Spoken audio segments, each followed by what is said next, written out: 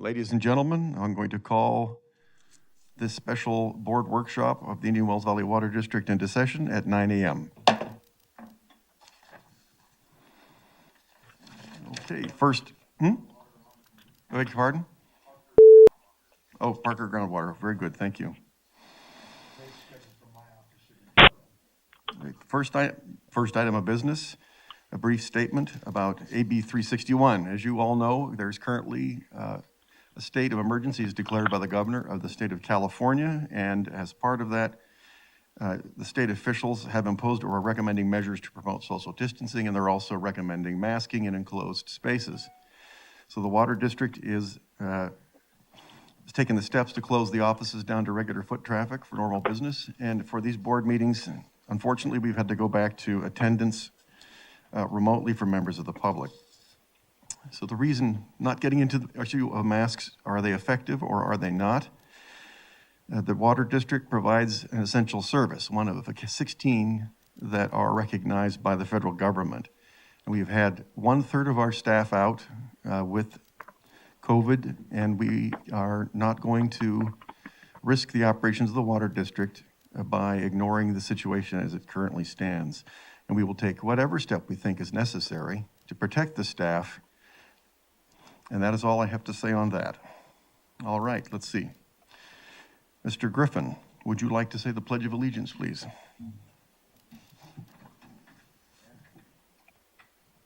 I pledge allegiance to the flag of the United States of America and to the republic for which it stands, one nation, under God, indivisible, with liberty and justice for all.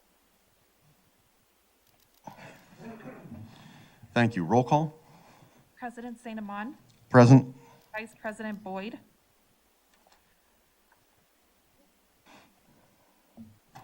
Is there somebody else? No. Director Cordell. Yes. Director Griffin. Yes. Director Ratora. Here. All right, thank you. Posting of the agenda declaration. The agenda for today's special board meeting workshop was posted on Monday, January 17th, 2022. Okay, thank you. Conflict of interest declaration. Director Ratora, any conflicts of interest? Negative. All right, very good. None. None. Mr. Boyd, Director Boyd, are you on the line? Okay, thank you. So I have St. Amand is stating that he has no conflicts of interest. That being said, he is an employee of the federal government. However, any opinions that I speak today are mine and mine alone, and do not necessarily reflect the opinions of my employer or the board of directors. Thank you.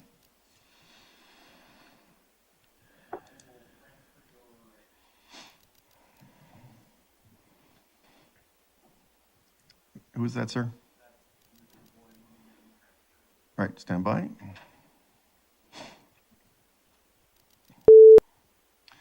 Hello, Mal.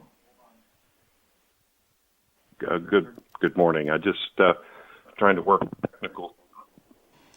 Very good.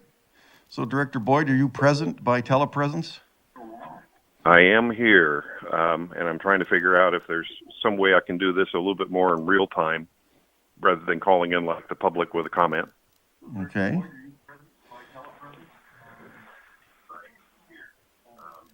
You should have a live line. All right. Conflict of interest, Mr. Director Boyd? I have no conflicts of interest. Okay. Thank you. Very good. We'll move on to item 7, public questions and comments. This portion of the meeting is reserved for persons desiring to address the board on any matter not on the agenda and over which the board has jurisdiction. However, no action may be taken by the board of directors on any item not appearing on the agenda. Non-agenda speakers are asked to limit their presentation to 5 minutes. Public questions and comments on items listed on the agenda will be accepted at any time that item is brought forth for consideration by the board. When you're recognized by the chair, please state your name and address for the record. Thank you. Do we have anybody online?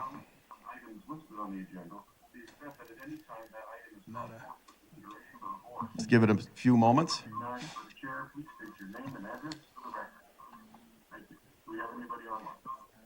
Oh, Director Boyd, if you could mute your YouTube in the background. That's better, thank you. All right, very good. Let's move on to item 8, Board Workshop. 8A, Workshop Issues, Goals, and Priorities. Item number 1, Board Discussion on Senate Bill SB 606 and Assembly Bill 1668. Don? Sure, I can give you a current status, to the best of my knowledge. Just for review, the district's landscape area measurement data was provided by DWR, and we engaged California Data Collaborative to evaluate that data. We received the data, submitted it to DWR at the deadline of June 30th.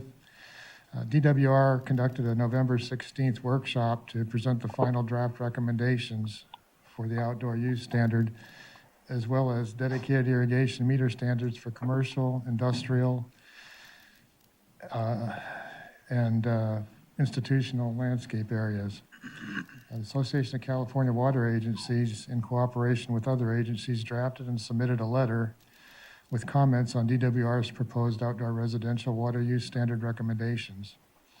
Comments were due to DWR by the close of business on November 24th. The comments were provided in a 12-page letter that was based on the consensus from Aqua's Outdoor Working Group, as well as comments resulting from the Commercial, Industrial, and Institutional Working Group meeting. DWR shared their final draft proposals for standards and formulas to be used in developing outdoor standards. The proposal includes only irrigated area count towards the objective, although, and this was discussed before, they do seem open to including a buffer of 20% of what they call irrigable but not irrigated area. That would serve as a buffer for any agency that fell short of meeting their assigned objective. DWR also proposes a residential outdoor efficiency standard of 0.8 be effective until 2030, and then a standard of 0.65 from 2030 onward. This is the result of a compromise between those who felt DWR's proposal of 0.7 was too strict and those who felt that it was not strict enough. California Data Collaborative has looked at these new requirements, and they're based on the data that they provided. They're saying that the district is well positioned for the near term, but could be about 4% in exceedance of the water use objective by 2030 if the legislature ends up adopting DWR's recommendation for the indoor standard. The indoor standard is still under consideration. The current water code reflects an indoor standard of 55 gallons per person per day until January 2025, dropping to 52.5 gallons per person per day by 2030, and 50 gallons per person per day after 2030. DWR has proposed to the legislature a revised indoor standard of 55 until 2025, 47 until 2030, and 42 after 2030. There has been discussion, we've talked about this before, about variances for indoor, especially of interest for us locally as evaporative cooler variance. I've been looking to see and trying to reach out and see if there's any information on the status of the various variances, and particularly evaporative cooler. All I've been able to do is have DWR confirm that they're working on a variance, but there's no specifics available yet. The standards are set to take effect at the end of June of this year. So I expect there should be more information coming, but that's what I have at this time. That's 55 gallons per person per day would come into effect at the end of June this year? The standards are set to take effect at the end of June 2022, yes. June 2022. Yes, all right, thank you.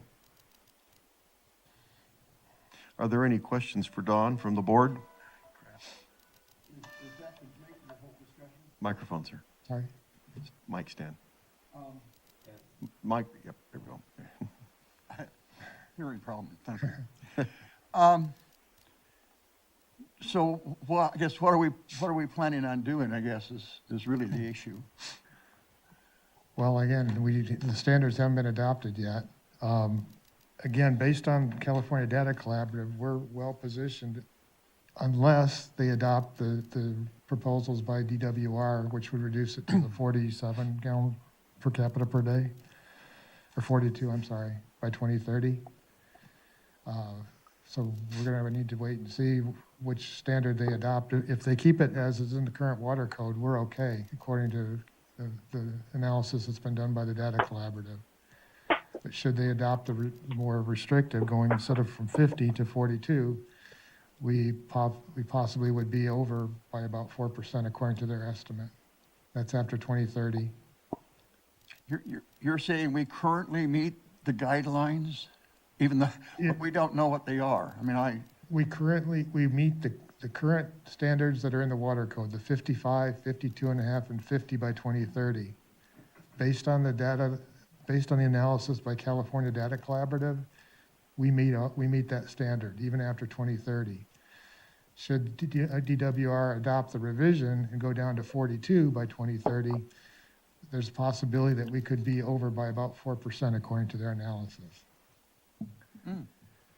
that's interesting. It's good news unless they adopt the new standards. When is there a schedule for DWR coming out with the rest of the standards?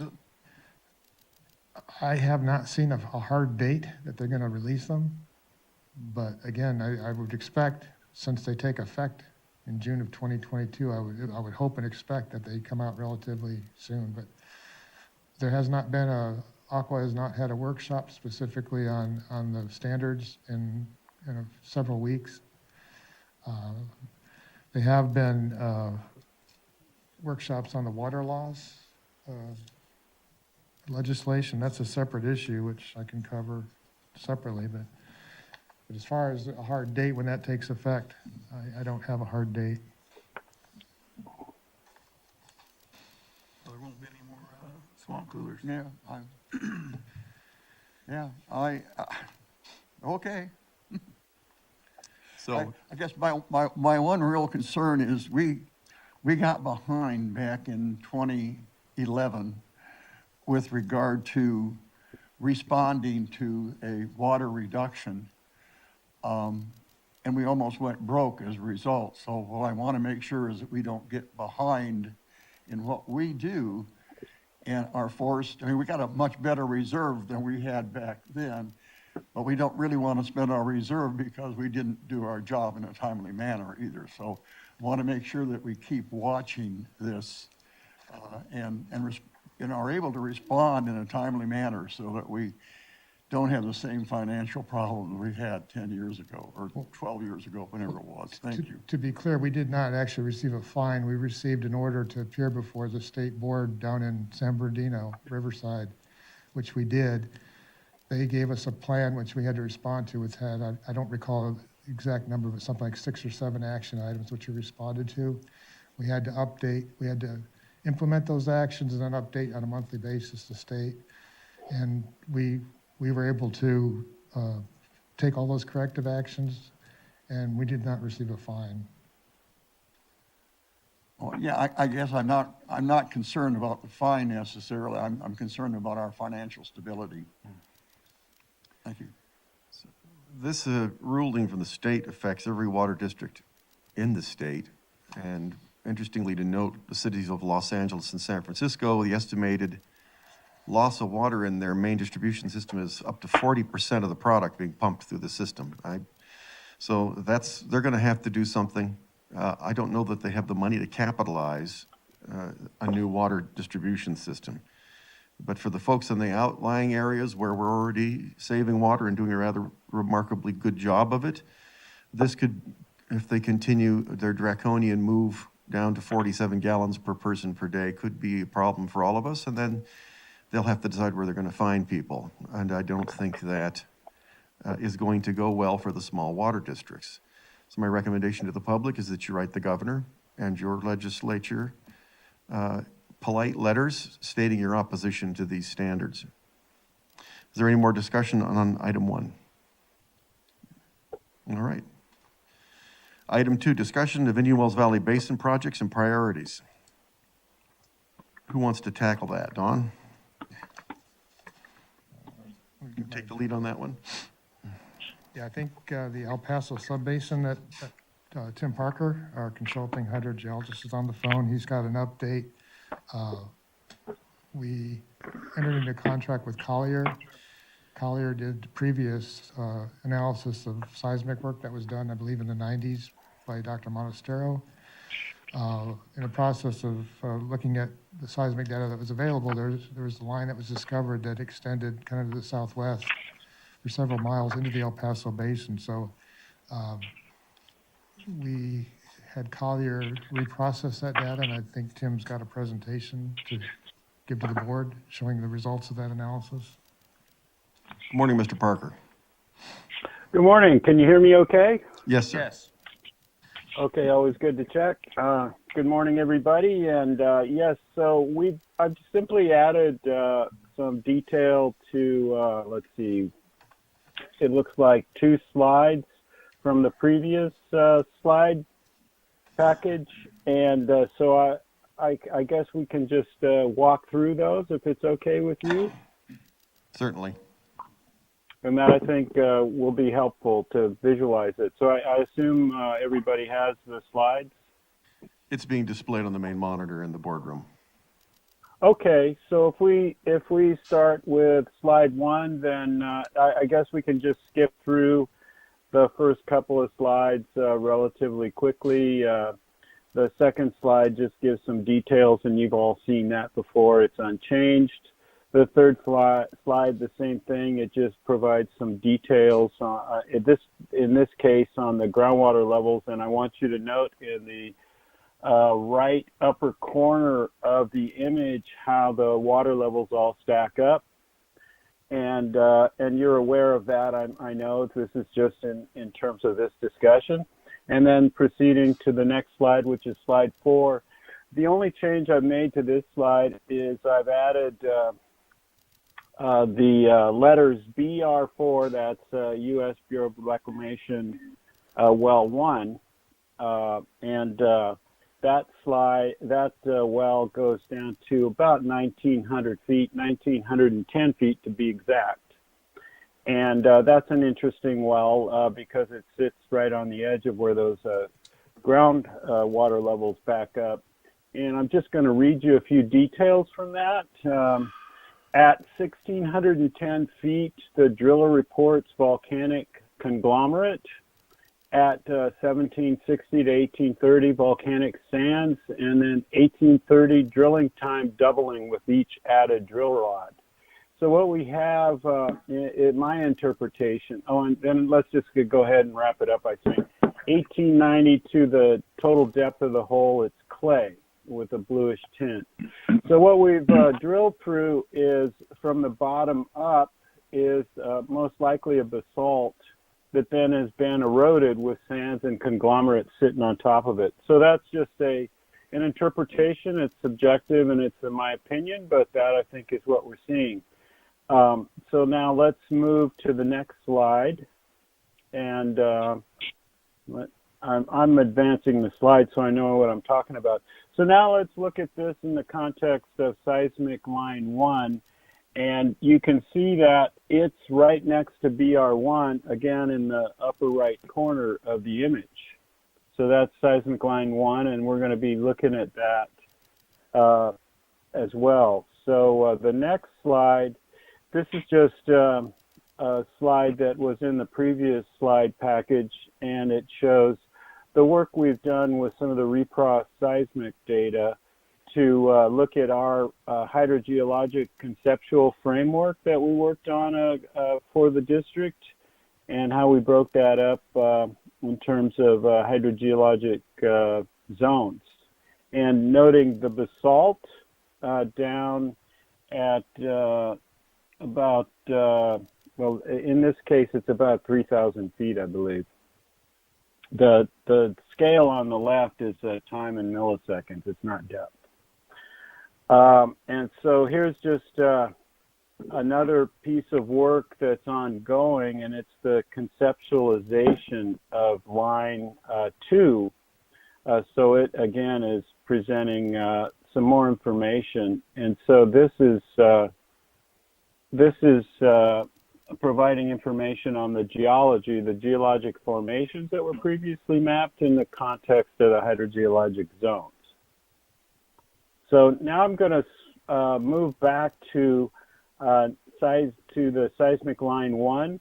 So this is the original seismic line 1 diagram, and this was shot back in 92.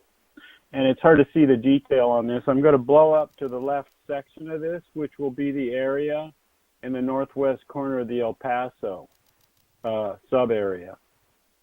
Everybody following this? I'm kind of seeing you on the screen. I think there's a lag, so. Yeah, really. Okay, so now we're on slide 9, and here's a blown up version of the original seismic line. And there's some things I want you to note. First, you can see the location of BR1, and then you can see this green colored line that's directly down, and it's on the left side of the image. And if you look over to the left side, you can see this note, top of Black Mountain basalt. So the original interpretation by the Navy was that this basalt that was found in the main part of the basin is actually extending over into the El Paso area. And so this is important with respect to the hydrogeology and the depth. Again, the scale on this is two-way travel time in seconds, and we're going to get to depth within 2 slides. So we've taken that, and we haven't reprocessed this particular line. What we've done is just taken the original line, and we have a better image of it. And we've used the information from the reprocessed lines to develop a synthetic seismogram that we can then use to estimate the depth based on the time that was collected. Does that make sense? Oh, I see. You're just getting that up now. So if we could skip to slide 9 is what we're on.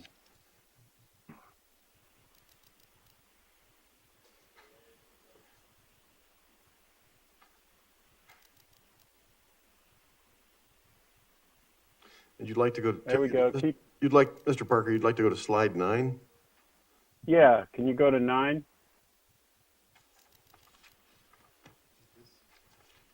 Unless you want to stop and note some points that I went over previously.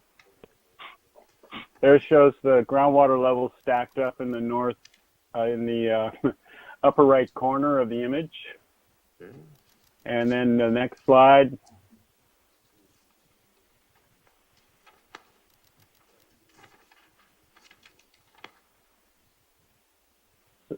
Yeah, and so now you can see, hopefully you can see where BR1 is marked.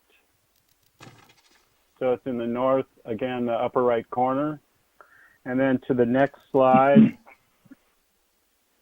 And hopefully you can see it's the brighter red color of the 1992 seismic lines in the slide 5.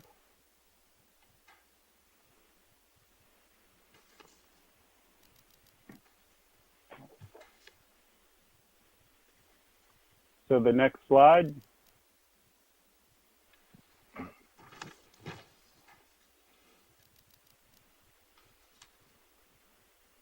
One more. The AEM infill? You got 12? No, I was just saying, keep advancing the slide. It's page 6, but slide 12, correct? No, it's not. So, yeah, Mr. Parker, if you give us the title of the slide, that would be helpful. Okay, general approach. The next slide. There, okay. Stop there for just a second. And so this is showing BR1 on seismic line 1. And seismic line 1 is the bright red line coming from the right upper corner. And it extends almost to EP1. So that's the line coming into the basin that we're looking at, that we're going to be looking at. Okay, great. And so this shows, this is actually line 2. And so this shows some interpretation of line 2. And this is the reprocessed seismic data, and you can see the level of detail if you look at the image closely, where you can see some very finely layered areas. And those are nice packages of sediments. So let's keep moving. Next line. So the next Next slide. slide, seismic line 2, interpretation, draft in progress.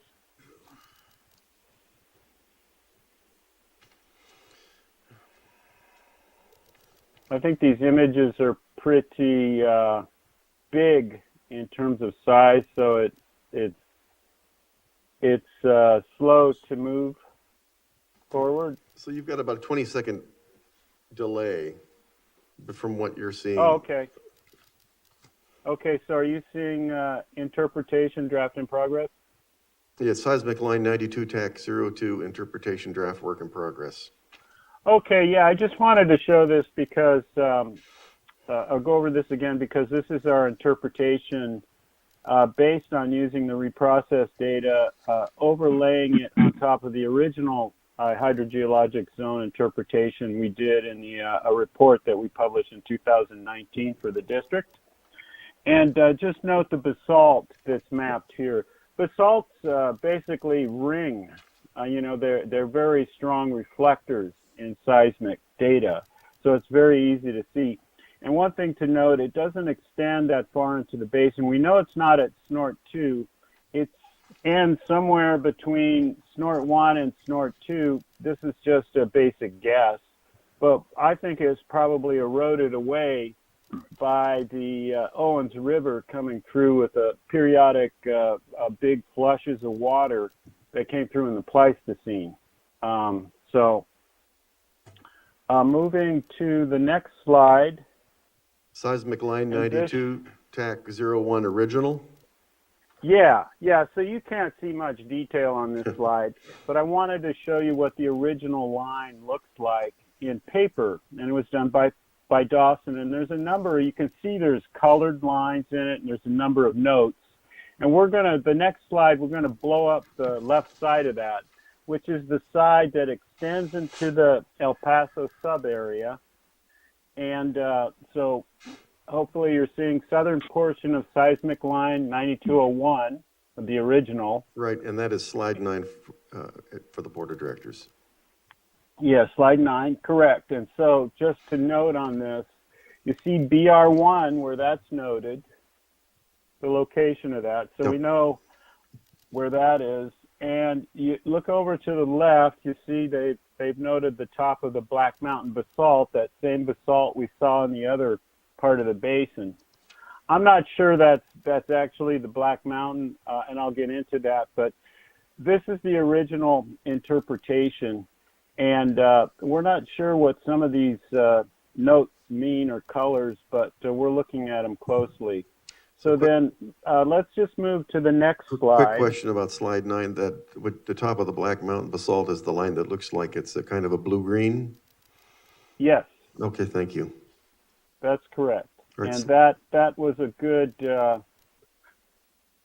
very good reflector. The lines are much darker for the good reflectors. And you'll note to the left of that it's also got a number of lines as you go down, pretty dark lines. Mm-hmm. And the darker the line, the better the reflector. So now, if you're looking at seismic line 9201, this is an initial interpretation. And so this is what Collier has taken a better image because we've got the original data, instead of a hard copy. And they are looking at it in terms of what's there in terms of different packages. And you can see there's some nicely layered packages in there where you see more lines, more easy to see, and they're colored. And then he's also taken a liberty in terms of the number of faults and fractures. And we're going to be working with him on this to refine it over the next week or so. The blue line on the bottom is the interpretation of where the basement is. You can see it's pretty rough, and we all know how that there's a lot of faults running through this basin, two significant ones, the airport fault and then the Little Lake fault. And so those are part of this issue. But then the green line and the red line up towards the top, the red line represents the bottom of our HGZ1, and the green line represents the bottom of HGZ3. And the scale on the left is time in milliseconds, so we're going to get to depth next time. But again, look at the left, the side of this towards the top, and you can see that package of reflectors below the green line. That's what we're going to be focusing in on the next slide. Okay, and so the next slide should be south end of seismic line 9201. Slide 11. Yes, slide 11, thank you. Mm-hmm. And here we've got, we show BR1 on there. And now we've also got depth in meters on the left scale. And so a couple of things to note. One is I'm not sure about the green line, the interpretation there, but it's a draft work in progress. We'll refine that, like I said, over the next week or two to get it into the report to you. What's more important is BR1, and it shows the total depth of BR1, and then it intersects these reflectors with the blue line, and that's the top of these volcanic packages. Another thing to note, well, actually, the other line below that is the interpretation of where basement is, so you can see the approximate depth there. Another thing to note is that things are tilting to the left, so that's, you've got a surface that's tilting to the left, and you may recall that when we had our last discussion on the El Paso area exploration, we talked about the Red Rock Canyon and how you drive up there and you see basically the Ricardo group daylighting and being tilted to the west and northwest. And so that appears to be the same sort of tilting here. We're not sure. It's a pretty small picture of it in terms of the dimensions, but it looks like we're seeing some pretty good tilting of the sediment packages off to the south and the west. So it's hard to put this into a geometrical perspective because this is an apparent dip along this line.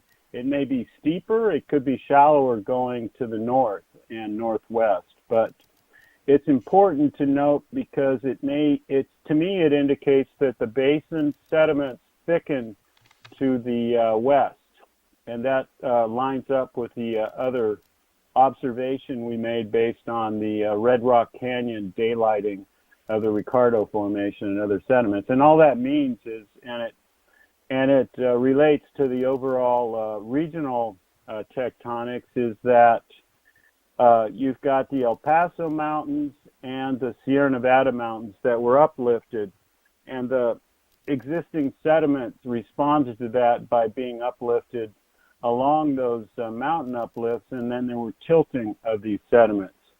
And so that just builds the story, we understand, where we think that the sediments may be thickening in particular directions in the El Paso area. And how is that important to the exploration? Well, it means there's potentially more sediment to provide a storage area for water that comes into the basin over time that recharges the basin.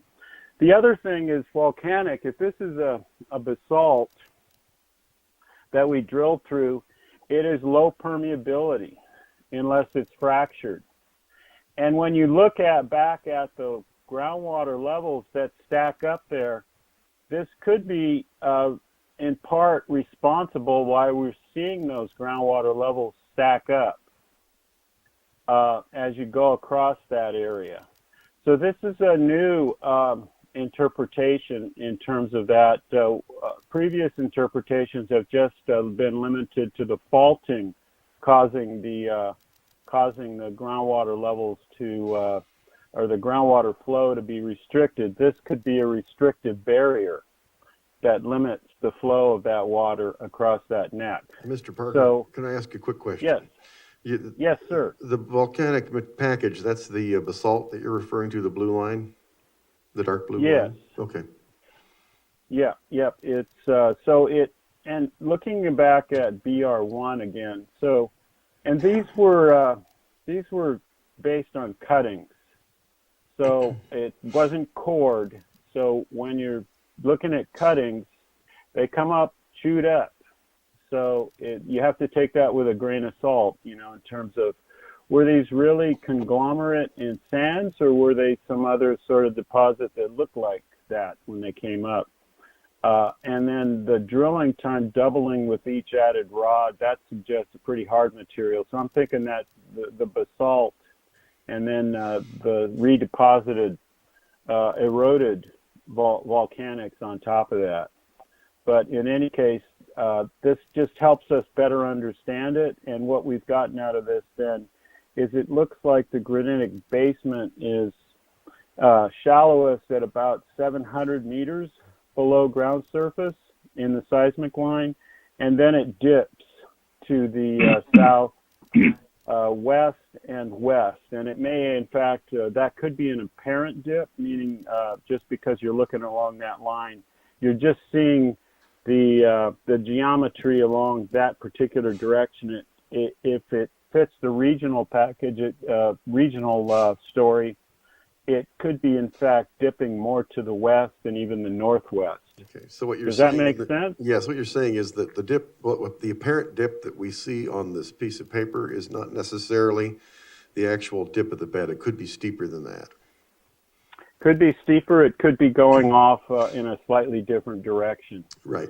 And it's seismic. And as you get towards the end of the seismic line, you can't really put a lot of emphasis on the interpretation because it relies on a continuous image and data. So Okay.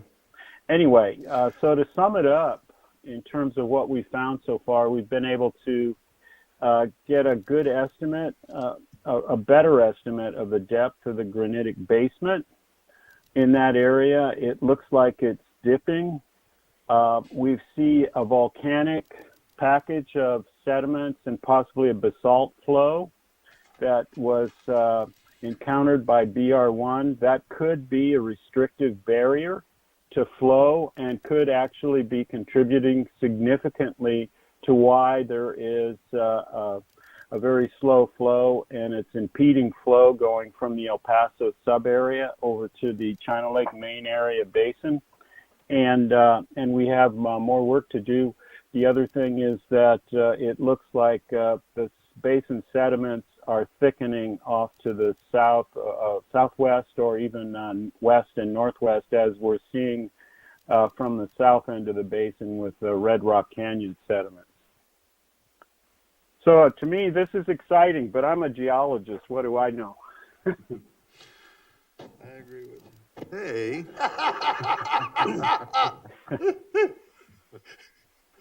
Mr. Parker, I have a couple questions. That was loud, sorry. As far as the cuttings you were talking about, I'll try to back that away some more. You had mentioned the clay layer. What depth did you say that was at? I thought I understood you to say at 600 meters, but maybe I was wrong. And then did we encounter two? I know in other parts of the basin when I've been on site drilling and observing the cuttings as we went, there was normally two layers of clay, one at a shallower depth and then one at a deeper depth. So I was curious if that characteristic stayed consistent in that area, or have you just encountered the one area of clay in the cuttings down deeper? Well, no, I didn't really discuss the entire borehole, Chuck. So this borehole is like many. It's got basically well, actually, to back up. So again, we're talking about drill cutting. So that is an indicator, but not always precise in terms of the materials. And when you look at the overall log, it goes from sand to clay to sand to clay to sand. So it goes back and forth. You do not see the thickness of the clay in this area that you do in the other parts of the basin. The thickest clay you see is from 800 to 880 feet. So that's 80 feet of clay. There's another interval that is 50 feet of clay. And so those are the thickest clays. Otherwise, it's mostly sand with interbedded clay or clay with interbedded sand. Okay. And it's mostly sandy down there, actually. You know, you have some intervals of clay, but they're all interbedded. It goes back and forth, so it's not necessarily a clean clay. And then what I really focused on was the volcanics, because that is an indicator of the issues with which we're dealing with in terms of why is that being held up there. And then we've got at the bottom of the hole a 20-foot clay, and then they stop drilling. So we don't see the 1,000-foot clay or 500 to 1,000-foot clay you have over in the other part of the basin, if that's what you're asking. That's what I was curious about, and I know there is, even where we've encountered some gases by that shallower layer of clay. In the volcanic cuttings, stupid question, but does it show or indicate the roundiness of the edges, like where the water's flowing through the volcanic, or is it the cutting's different than that? No, I mean, it's pretty, I'll read you exactly what it says. It won't take much time. 1610 to 1760, driller reports volcanic conglomerate. 1760 to 1830, volcanic sands reported by driller. Drilling time doubling with each added drilling rod at 1830. And that's to 1890 when he reports clay. Okay. Thank you. And I'm sorry if so many questions. It's just hard to understand this way. So I'm trying to get clarification to make sure I understood what you said. So the volcanic sands happy are to on the, answer, and they were all good questions. Thanks, Chuck. so as, with an interest in geology, the volcanic sands were reported to lie beneath the conglomerate? Yes. And then it began, after you got through the volcanic sands, then the drilling time doubled. Correct. Okay, thank you.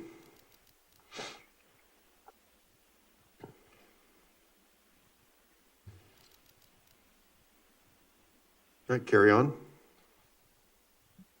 I think that's pretty much where I wanted to go with this, just to give you an update, and then here to answer questions. Chuck and I don't know if I assume Dave's on the line as well. Answer any questions you have on what we've provided, what Krieger and Stewart and I've provided in terms of a possible exploratory program. I suppose we could take a look at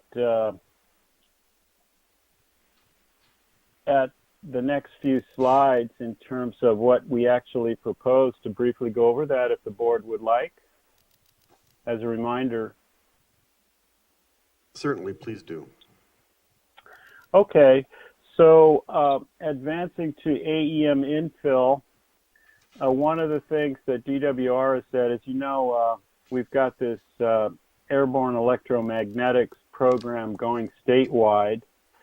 We've flown a few basins in the north, a few basins in the North Bay area, and we've started down in Kern County, and we're about to start flying again in the southern San Joaquin Valley. DWR is committed to fly all the Sigma basins in the state, and since this basin was part of the pilot, they've said that they will do some infill, and so and that won't happen probably this year. It's probably going to be next year, but it's hard to tell. It depends on how well things go. We have a limited schedule because of weather and other factors, but it seems to me this area, with the exception of when it's really windy, could be flown at most times of the year. So the infill would be helpful to look at things like recharge areas, maybe get a little more detail over here. Remembering that its limitation is about 1,000 feet in ideal conditions. When you have clays and brackish water, it's more like 300 or 400 feet, so you can't see as deep because they're very good conductors. So that is one thing that that could be a part of exploring El Paso, or also looking at a better resolution on potential recharge areas, especially along the Sierra Nevada front. Two Then questions. going Mr. to Parker, just two questions. AEM, airborne electronic measurement. airborne electromagnetics. Electromagnetic. Yeah, it's a geophysical technique. Is that the one that was flown recently? Yes. So it's a helicopter. It's by helicopter. Flies about 50 miles an hour, and the equipment's about 100 meters off the ground. Okay, and you gave a resolution figure. I thought you mentioned 1,000 feet. I missed that part. Yeah. So it in ideal conditions, AEM can see down to about 1,000 feet, and it basically for sediments, you can differentiate typically between clays and sands. So it gives you an indication of the aquifer extent and depth. Okay, thank you. Sure. And so then if we move to the slide updating of the hydrogeologic conceptual framework, which is slide 14. Right, this just talks about what we could do to update the conceptual framework, and we're working on that with the seismic data.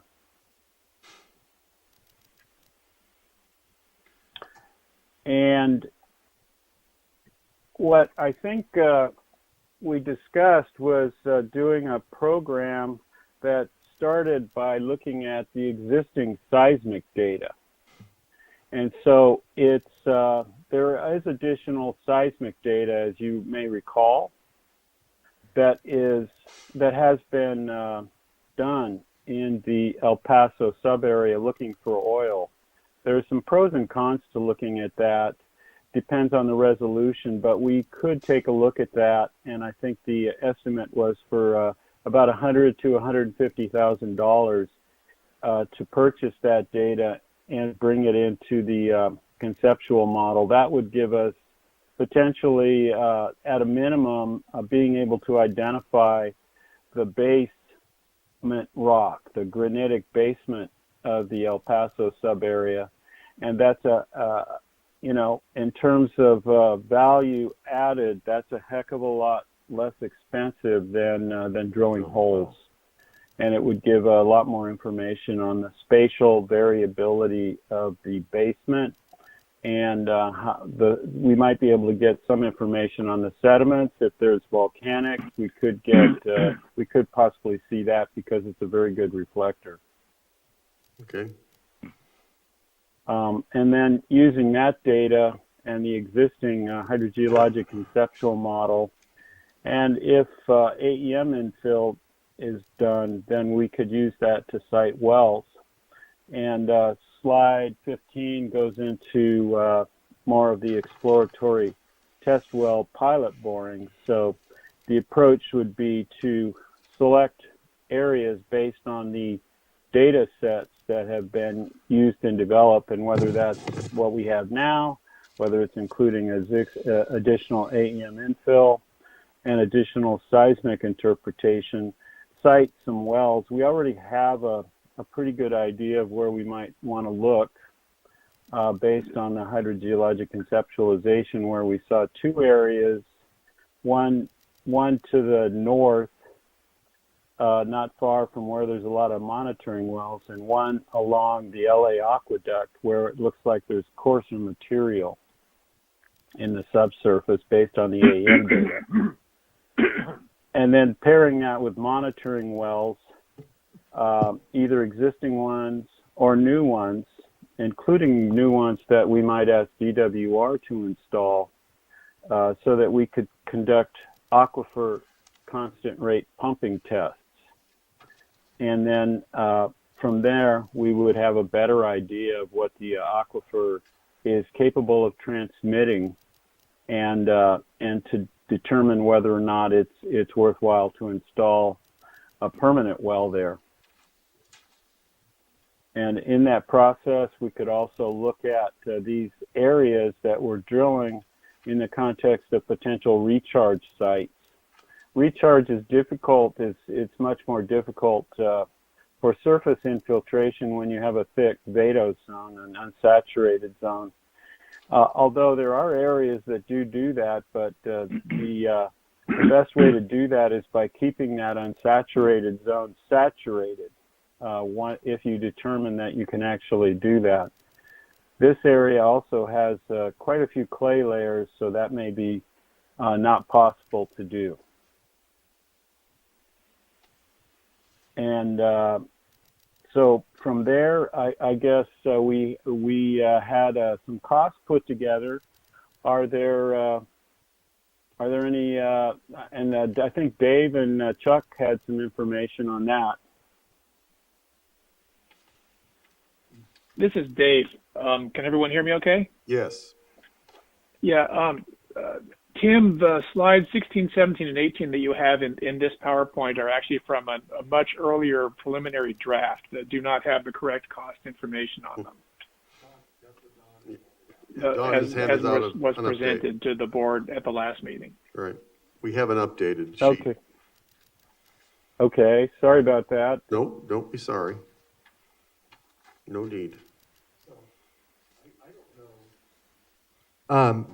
Gee, sorry about that. Wow. That's what I did.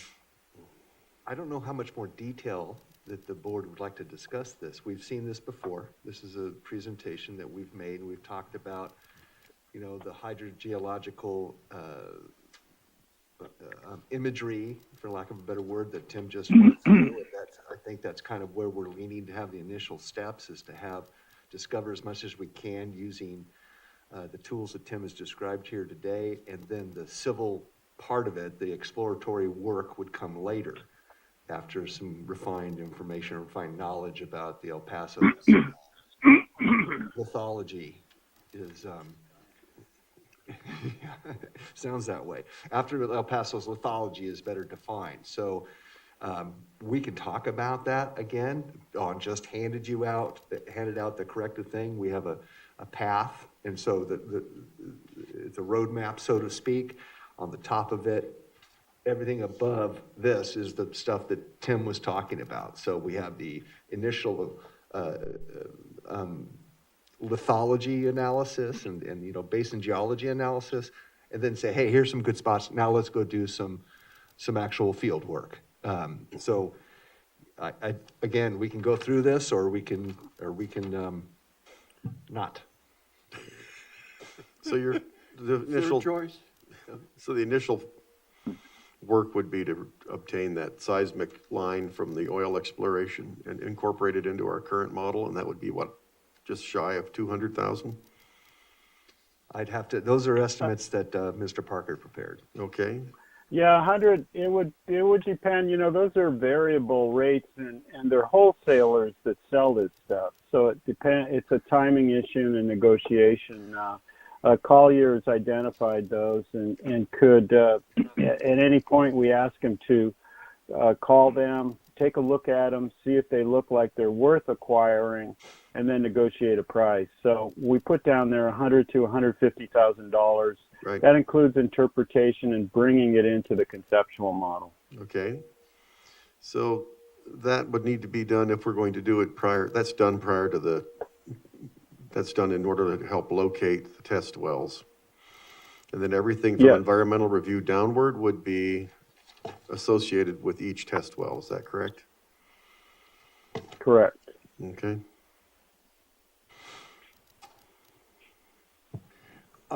This is Director Rotora.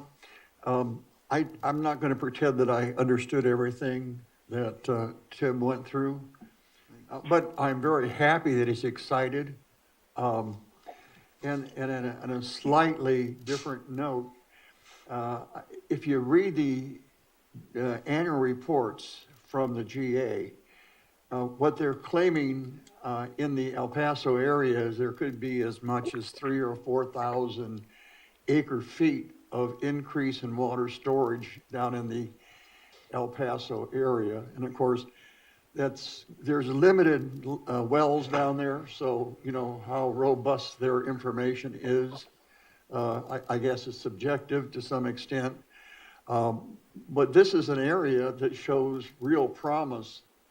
And my feeling is that we need to pursue it, and we need to pursue it with all due haste.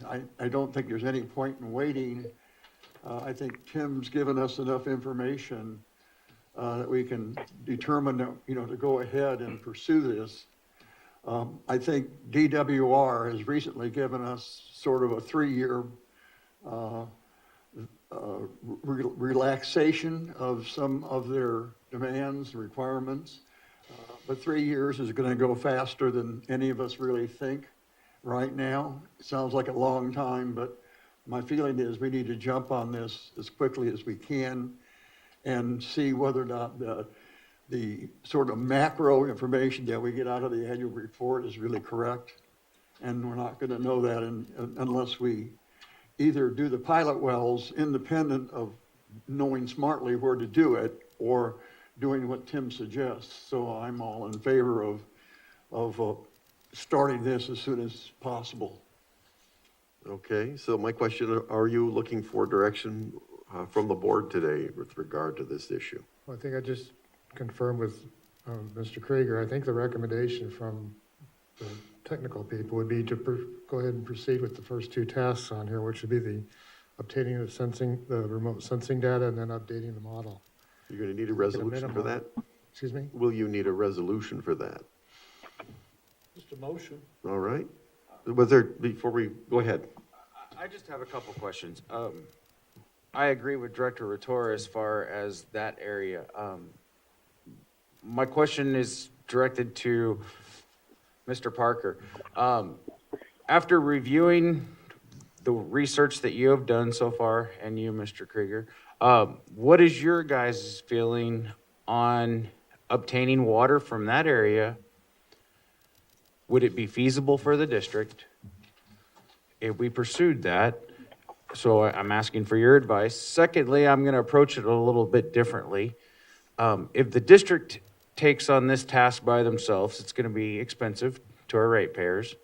Why could we not approach this in a business aspect and approach some of the other users in the basin to go in to develop some type of a plan to test, pump that area, have a partnership formed, or allow somebody else, such as Cyril's Valley, to drill the well, then we purchase the property if it was successful. There's several options I think we could look at instead of the district having to pay prevailing wage for everything that we do to cut costs. So my biggest question is, though, do you guys feel that there is enough water there to make a difference? Because I think if we can get 1,500 to 2,000 acre feet from there, that's a huge benefit for us. I've hunted that area my whole life. I know there's a lot of springs that I've encountered, and I know a lot of that did not get accounted for, in my opinion, in the Todd report. And I know that water goes into our aquifer. So I'm just curious what your guys' thoughts are. Do you want me to start, Chuck?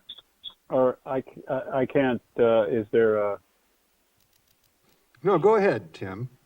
okay, because I'm gonna start by saying, I'm gonna cover a few things, and then I'll defer to you, or we can both, in terms of, do we think there's water available there? I think, first of all, under Sigma, we know that this would not be considered new water, but what we don't know is how much is there and how much of it is usable. And this program would help with that. So that's part of the answer. And I think looking at it in a phased fashion, which is what we're talking about doing, get the low-hanging fruit. It's not inexpensive, don't get me wrong, but it's a lot less expensive than drilling the holes first to get a better understanding of the geometry of the basin, which will help us greatly in terms of planning a program. Then from there, in terms of paying for it, we haven't gotten to this yet in terms of project priorities for the GA and for the district, or in terms of what's being applied for in the spending plan for the 7.6 million, I think it's 7.6 or it's 7.8 million, up to 20 million that the GA is going to apply for by the middle of February. And they suddenly have shown an interest in doing work over in this area. And what I think we provided some comments on that. We're going to discuss those. One of the comments we made was that this program could easily fit into that funding. So have a grant help pay for it. So I think I'll stop there in terms of, and then, because in terms of the water being, having a water supply over there, there's a lot of stuff that goes into that analysis, because you're talking about conveyance and how much you can supply on an average annual basis and looking at the cost. So we need to get more data to, I think, answer that, but I want to defer to Chuck regarding that. Okay. It sounds to me, Chuck, like you're thinking, what's our idea of success here? What are we looking at ultimately that can advance the district's position with regard to the water supply and be in compliance with all the controls that are in place now? And there's water there. How much? We don't know. As Tim had said, it's not going to be considered new water. So we have to say, okay, well, what's our idea of success there? If we go up there and there is water and we equip wells to extract the water and convey it down to the district system, how much is that going to be? And what is the gain for the district? The gain is that we would hopefully slow down the decline of the water level in the main portion of the valley.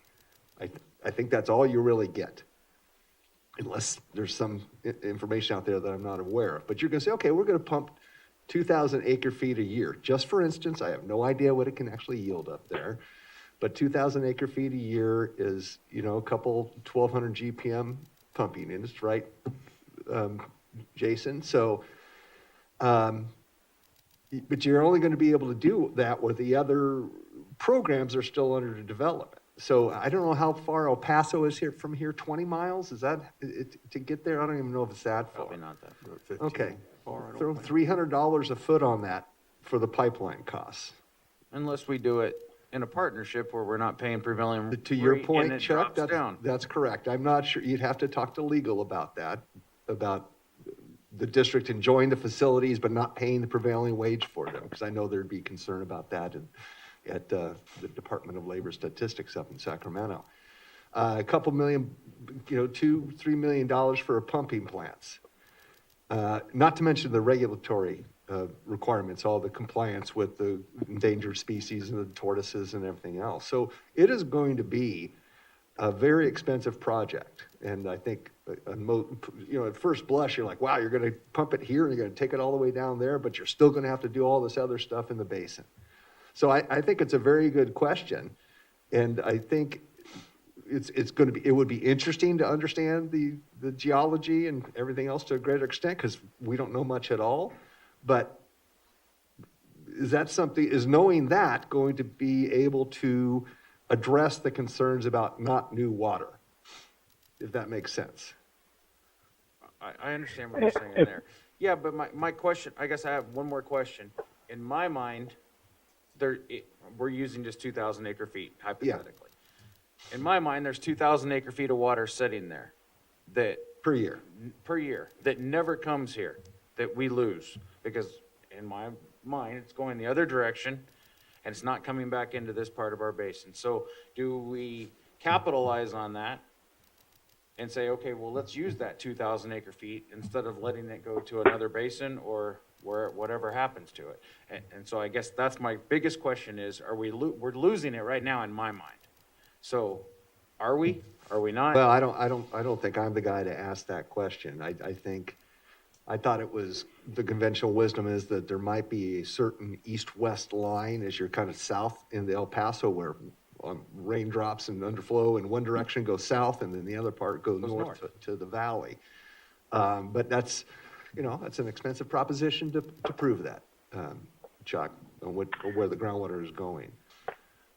But eventually you have to kind of come to terms with that. I mean, under Sigma, we don't understand enough of that, and hopefully DWR, if they're listening, they can, and others are listening, they can consider helping us by putting in some wells under their technical service support services to actually establish if there is a groundwater divide in that area, and what the flow is north and where the flow changes if it does, because we don't understand that.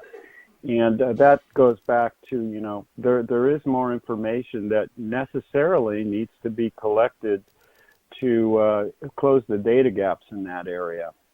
And that's not our responsibility, though. But I think the other thing to consider is there's been lots of discussion about recharge and conveyance and where you would put the water. And so, this might be another area to consider in this. It may not pencil out because it is a distance, but if you have to put the conveyance in from the Indian Wells Valley to the El Paso area, maybe it's going to be a better place. The water quality on the for what limited data we have appears pretty good, better than some of the areas in the Indian Wells Valley. So if we're going to have some sort of an injection and extraction program using ASR over there, it may make sense to put it over there if we already are going to commit to conveyance. So just another consideration. So pardon me, Director. I'm not sure what ASR we'd have up in the El Paso.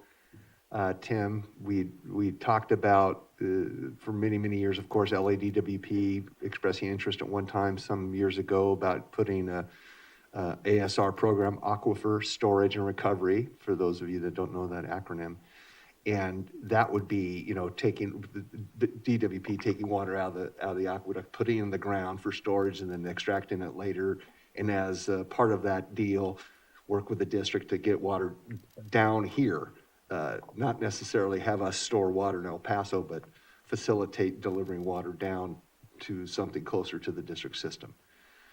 So, right, but folks, but Chuck, my point was if there's actually going to be a supply well put up there, it could be that's an area to operate something like that where you already have conveyance.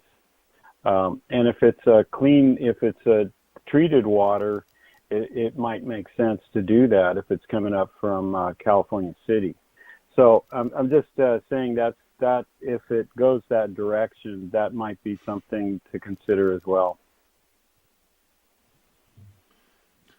I would like to make a comment relative to the concept that this is not new water.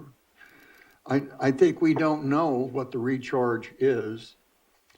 And right now, some of the data that we're getting from the GA in terms of the annual reports. And as far as I'm concerned, the first real scientific way of looking at the overdraft would indicate that our overdraft is significantly less than what's in the GSP, which one of the logical interpretations of that is that the current recharge is much greater than what we had originally thought.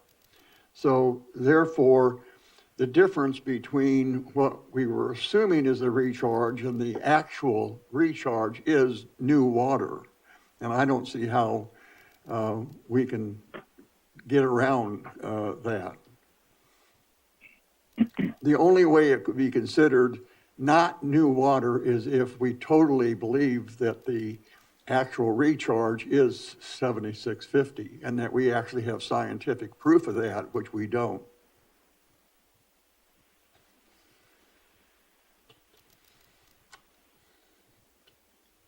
I don't know if you ever will, Director. I mean, that's scientific proof of recharge in a valley with as complex of geology as this valley has. Confidence in modeled numbers is a very difficult thing to achieve. I think the thing we always have to think of is what are the water levels doing? That's really what it gets down to, and that's what indicates if you're in chronic overdraft or not, is water level. And that's what the GSP is, targeted to maintain. And I couldn't agree more with you, Chuck. And that's what Sigma looks at. They don't rely on the model. They rely on the hard facts, the groundwater levels, and whatever other data you have. But I also agree with Stan, and that's in the concept of I'm not necessarily agreeing with, and I didn't agree with the 7650 in the first place. I thought we didn't have firm enough data to support any recharge number, and I think it's reasonable to consider the recharge of the basin up to 11,000 based on the scientific data, and the USGS has done some work that suggests it's more like 8650, and we all know Mr. the President, USGS is very conservative. We're starting to get away from the El Paso discussion and starting to critique the GSP in areas that maybe shouldn't be discussed in this. That's all I have. Thank you. Thanks, Jim. So let's entertain a motion to support the preliminary step, which is to acquire the seismic data and incorporate it into our model. Do I have anybody who's willing to make that motion? So move. At this particular time, I'm not ready to make a commitment. Do I have a second to the motion? I would second the motion. Okay, I'd like to open, preliminary to that, I'd like to open public comment. Do we have anybody online who would like to comment? We do not. All right. Board discussion. I have a comment. Who's this? I have a comment. Who is? Oh, Mal, go ahead. We're going to move to board discussion now, Mal. Go ahead. Yeah, so I'm in favor of trying to get that seismic data and add to our knowledge of what's going on in the EP. I have a couple of questions for Tim, or perhaps Chuck, the call-in Chuck, or is he there in person? He's present. So, as I understand or has been described, we have a barrier fault, perhaps misnamed, because I understand there's an El Paso fault in the ancient literature that shows much further south in the EP basin. But the barrier fault at the north end of the EPB, if it truly is a barrier fault, in my mind, it would act like a dam, and then whatever water that does go in the EP basin, since we don't have artesian wells all over the place in the EP basin, it's got to be going somewhere. So I assume it's going south and perhaps ultimately into the Fremont Valley. Is that reasonable?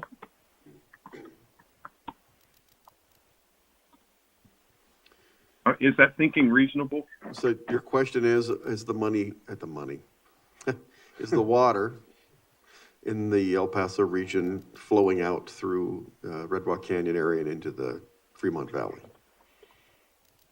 I Correct. think, yeah, if I could take a stab at that. So we don't know the flow path, the flow pattern in the basin because we have limited wells. The wells we do have indicate, when you put them together, the groundwater levels in them indicate flow to the north. So we don't have enough data to the south to indicate, to map where and if there is a groundwater divide and where and if there is flow going south. Typically, groundwater flow follows the ground surface, the topography. So about 1/3 up the basin, or 1/3 up the El Paso sub area, you do encounter a topographic high. So logic would suggest that about 1/3 of the groundwater is going south, but that doesn't necessarily follow the geologic rules when you look at the consolidated sediments that are tilted to the north and west when you drive through Red Rock Canyon. So can't really answer that, but it's a good, it would be good to be able to answer that so we understand what the potential storage and average annual yield of the El Paso sub-area is. Thank you very much, Tim. That's helpful. So can I, The other Mal? the other quick question I have Mal, is, can you hold on just 1 second, please? I want to clarify what our consultant just said, that basically we have indication the water is flowing north into the basin where we are located, but we suspect that some of the water from the El Paso area is going south. Is that a good summation? We suspect but do not know. It could be. Let me put it that way. All right, got it. So I have a question. You have someone online? All right. We will have them wait just a second and let Mr. Director Boyd ask his second question. Okay, go ahead, Mr. Director Boyd. Go ahead and ask your second question. Thank you. okay. The second question is related to EP1. We haven't heard much analysis or insight that we've gained from that recent drilling. Could you elaborate a little bit on what we do know or don't know on that, Tim? Yeah, if you give me a minute, I can pull the log up so I'm not guessing or relying on my memory. Maybe can we come back to that in just a minute? Okay, Would that be okay? I don't have an objection to that. Do we still have our member of the public online, Chris? Okay. I feel, given the current circumstances under which we are operating, that it's appropriate at this time to briefly reopen public comment so we can have a comment. Given that it takes time to get logged in. Hello, caller. Nope.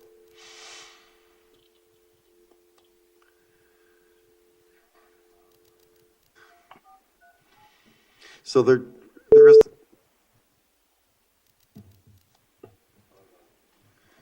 Hello, caller. State your name, please, and address. Yes, Renee Westa-Lusk. I live within Ridgecrest city limits. I just want a clarification on the motion. You're going to vote to commit so much money. Is it $200,000 to do this, I guess, data update of the hydro conceptual model, so you know more about the flow patterns, et cetera, of the El Paso Basin? Is that what the motion is? Is that going to be the cost? Essentially, yes. $200,000? Essentially.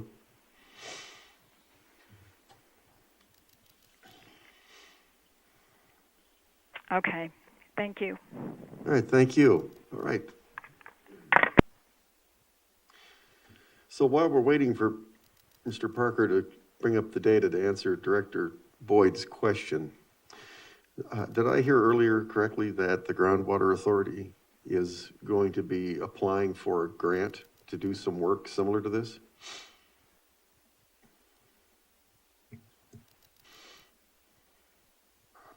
Yeah, that's kind of getting into the next topic, but filling data gaps is one of the projects that they plan on submitting for funding through that SIGMA implementation grant. Okay. So I've got the log if you'd like me to go over it with you. Please. Okay, so the hole was drilled to 1,500 feet, and it's called, 1,540 feet. We lost the bottom end of the hole from 1,300 feet. It collapsed, so we weren't able to get a screen in there. The well is screened from, it's got a screen at about 1,060 to 1,080 feet. Another screen, 875 to 895, and another screen, 450 to about 470. Looking at the lithology, it looks, this was logged by a geologist. The DWR had a geologist out there, and they logged every 10 feet, and they described the materials as largely silty sands with some sandy clays and some clays. They did find a bit of a thicker lean clay down at about 1,100 feet down to almost 1,500 feet, but again, they're all interbedded sands and clays. So it seems relatively similar. They did not encounter any volcanics, is one point I'd make. Looking at the water quality, now I'm going to go the other way. I'm going to go down and describe the water quality. There were there were samples in each one of the well screened intervals. For the 450 to 470 foot interval, TDS 240 milligrams per liter and arsenic 2 micrograms per liter. The 875 to 895, whatever that, something like that. TDS 160 milligrams per liter, arsenic 9.5 micrograms per liter, and then the deepest well screen, which is 1,070 to 1,040, something like that. 90 TDS 200 milligrams per liter and arsenic 2.8 micrograms per liter. So that's a basic summary of what was found. Any questions? Yes. Getting back to what I think Mel was asking, what does it really mean to us? I mean, not being a geologist, I don't understand. Is that good, bad, or indifferent at this point in time? Or do we know? In terms of water production, it's hard to tell what this would produce until you get a well in it. But you prefer to have clean sands and gravels versus silty sands, but it doesn't mean that you can't get a pretty good production in it. There is a well-graded sand down at about 860 to 940 feet. So that's encouraging. So it does look like it has some good productive zones in it. I think, Director, that sounds like lithology akin to what we have in the Southwest well field. We don't have a bunch of really thick layers of pure gravel and sands and stuff like that. We have the clays intermixed with the sands and the silts, and those wells are producing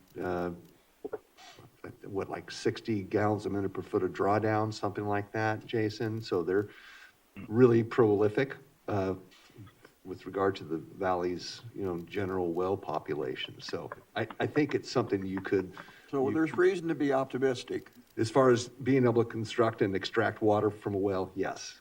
Thank you. We could also come up with better numbers if this was developed and test pumped and get an actual certainly. number, because that really didn't get done Well, I here. think- It got airlifted, I think, and maybe a little bit If of, they're not actually pumping, then we're not gonna get a good number. exactly. So, So under the current resolution, we would be committing to purchasing the seismic data, incorporating it in our groundwater model. We're not at this time committing to an exploratory well program. Right, just so I say that. So somebody might argue that that the groundwater authority should be sponsoring this particular study, but under the current funding regime of the groundwater authority, the water district is ultimately going to pay most, if not all, of the cost of the study in any case, if the GA were to undertake it. And I think that I would rather have our consultants put the data together and make it available to the GA. So I support the resolution from that standpoint. Is there any other additional directors' comments or questions? I only have one comment. When Director Boyd was asking the question, about the flow, could we not put in some isotopes in some of the wells the farthest south and do a test, or how expensive would that be to do some testing that way to actually get some data for the flow from the isotopes? We could do that. Um, Water is definitely moving very, very slowly. So, Could take years. yes, Is what your indication. it will take years, yeah.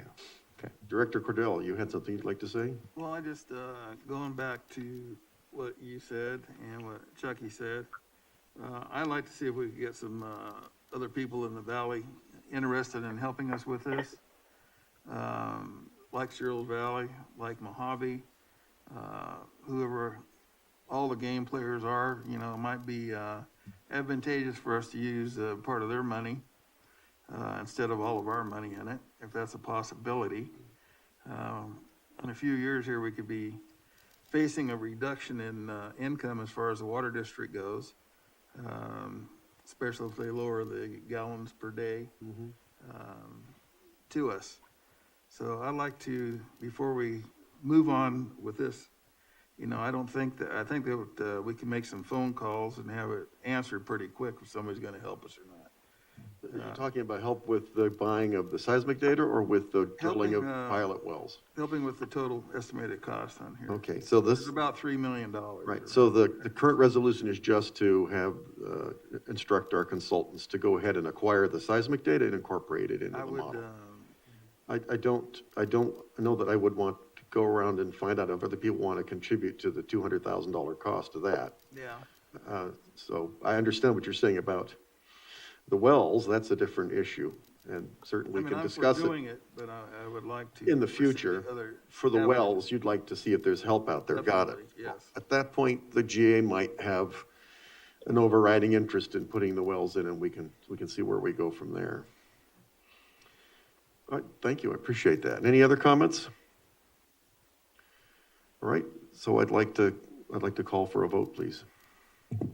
President Saint Amand, Aye. Vice President Boyd,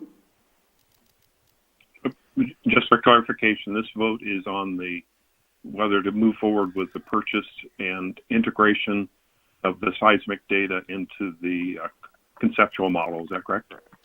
Correct. I'm in favor. Aye. Director Cordell, Yes. Director Griffin, Yes. Director Rotora. Aye. All right, the motion passes unanimously. Okay. So, is there anything else on item A2I? Are we good? All right, how about, yes, go ahead. I apologize for the confusion on the slide numbers. When I add a presentation to my PowerPoint, it automatically changes the slide numbers. So I'd suggest for the next presentation to reference the handout I gave you. Use those slide numbers for the next presentation. Okay, thank you, will do.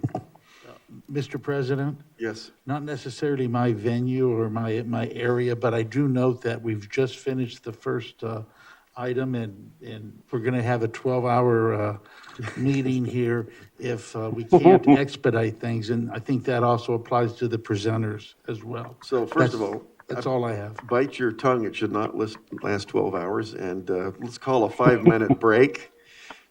Let's call a 5-minute break at 10:30. We'll be back at 10:35. I have a meeting at 6:30 tonight, so I'd like to make that one. You might want to let them know you won't be there on time. Okay.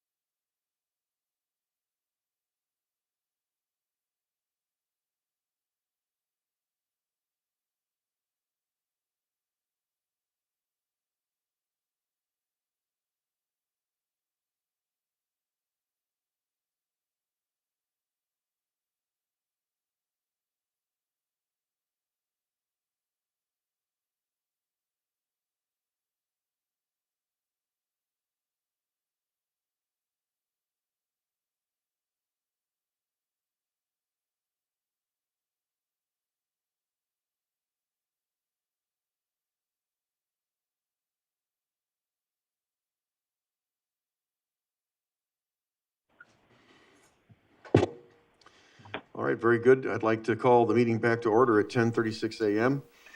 And note that Director Cordell had to depart, and he may be able to rejoin us later. So let's go and head into item A2-2, Indian Wells Valley Groundwater Authority proposed grant application projects. Don. Okay, I can kick this off. As Tim Parker alluded to earlier, there is a Sigma implementation funding available. There's a grant program. Stetson, on behalf of the Groundwater Authority, has been working on putting together a list of projects, prioritizing them.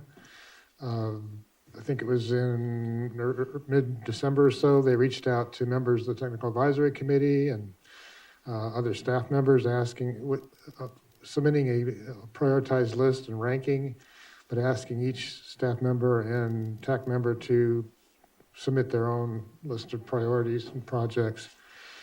So as far as the Water District, we collaborated, we being Chuck Krieger, Tim Parker, Dave Scriven, Jim Wirth, myself, took what Stetson had put together. We submitted our own list. As far as the Groundwater Authority, their projects, they have 5 that they are submitting. And I'll give you the scores that they assigned to those projects as well. Top 2 projects were imported water interconnection project and wastewater treatment plant recycled water project. Stetson scoring gave both of those projects 21 points on the scoring matrix. The next highest project would be the pumping optimization investigation. This included the El Paso Subbasin area exploration that received 15 points. The 4th project was a data gap evaluation, data collection and monitoring program. And again, this included Northwest, Southeast, and El Paso Basin, and that got 10 points. And the final project was annual reporting for the Indian Wells Valley Groundwater Sustainability Plan, and that received 9 points. I don't know if you want to have further discussion on it, or would you like to go into the scoring and the projects that the team from the Water District put together? You have that in front of you on the 11 by 17 sheets. I'm sorry, what's in front of us is what we put in? This is what the team from the Water District submitted, yes. To Stetson. Correct. What's that? To Stetson or to the? To Stetson. To Stetson, yes. And by the way, just received an email earlier this morning. They're trying to schedule a conference call for sometime this week to go over the projects that they plan to submit. So we did provide our feedback to them. I'm not sure who else has provided feedback in terms of the technical advisory committee or staff, but the purpose of the call this week would be to go over all the comments they've received and finalize a list to submit. Again, I think the final list is supposed to be submitted by, I don't remember the exact date, sometime in mid-February. Yeah, but I think Stetson wanted to wrap up a list and start preparing the application this week. One other question is, we now have got an evaluation on the GSP that has cited a number of deficiencies associated with the GSP. Do we expect that evaluation to impact our grant proposal at all, or the GA's grant proposal at all? Yeah, I don't know. As you know, one of the comments from DWR in the staff report was they acknowledge that imported water is a potential solution, but question the feasibility of it and the cost. So again, I don't know how this will factor into their decision. Director Ortora, I don't think it really will factor into the decision with respect to the distribution of these grant funds. Most of the critically overdrafted basins did not receive just a clean grant of approval. And so I don't think they're going to hold back these funds on those types of basins. Yeah, I wasn't concerned about the distribution of the grant funds between the basins. I was interested in the distribution of how this GA is going to spend their money and focus the money based upon what we now know are the deficiencies that our own work. Yeah, I think that's a very good It's a good point. question, but we haven't had that conversation with the GA yet. I do understand your question. okay, thank you. I think he was in agreement with Director Rotora. All right, Don, which page in particular and specifically are we going to be looking at for this? I'm sorry? Which page in the 18 by 11 handout? Just to make sure I understand which page that you'd like us to look at for this discussion. We've submitted to Stetson in the comments, we've included 6 projects. And the one project that we included that they did not include as one to be submitted was the brackish water investigation. Okay. So as you can see, the scoring is a little bit different. We put a higher priority on the wastewater treatment plant recycled water project. That received 16 points on the team's analysis. Which page shows that? Let's see, it'd be page number, the final score would be on page number 8 of 18. Thank you. That's, so 16 points. The other project that had the same amount of points was on, let's see, on page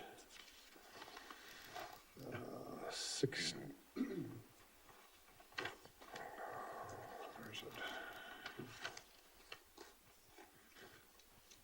I'm sorry, page 14 of 18. That's the data gap evaluation, data collection, monitoring, and model update. Also received 16 points. Okay. So those 2 projects, in the opinion of the water district staff, were top 2 projects. The water connection scored 13 points. That's on page 3.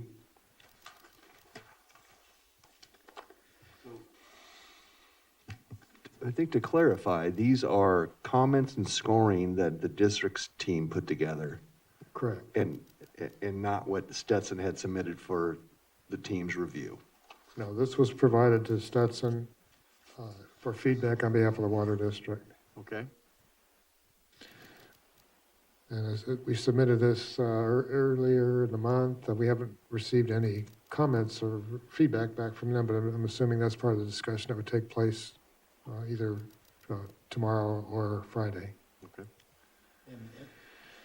And the bottom line is that based on our comments, our priorities and rankings were different than some of what the GA had done. For example, I think everybody's aware, we scored the recycled water as the highest priority. And they went with imported water, and then I don't know the other breakdowns, but there was a difference in priorities, and I think that maybe is what prompted some of the agenda items here on that. So Okay. still a work in progress, and sounds like we're going to have another meeting later this week with Stetson. What other discussion do we need to have on A22?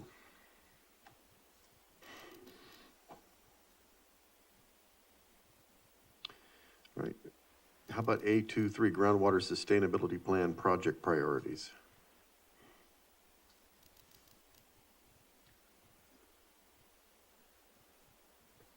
I'm not sure where that came from. I think it was Director Boyd Okay. submitted that. It sounds like item 2 and 3 are basically the same item.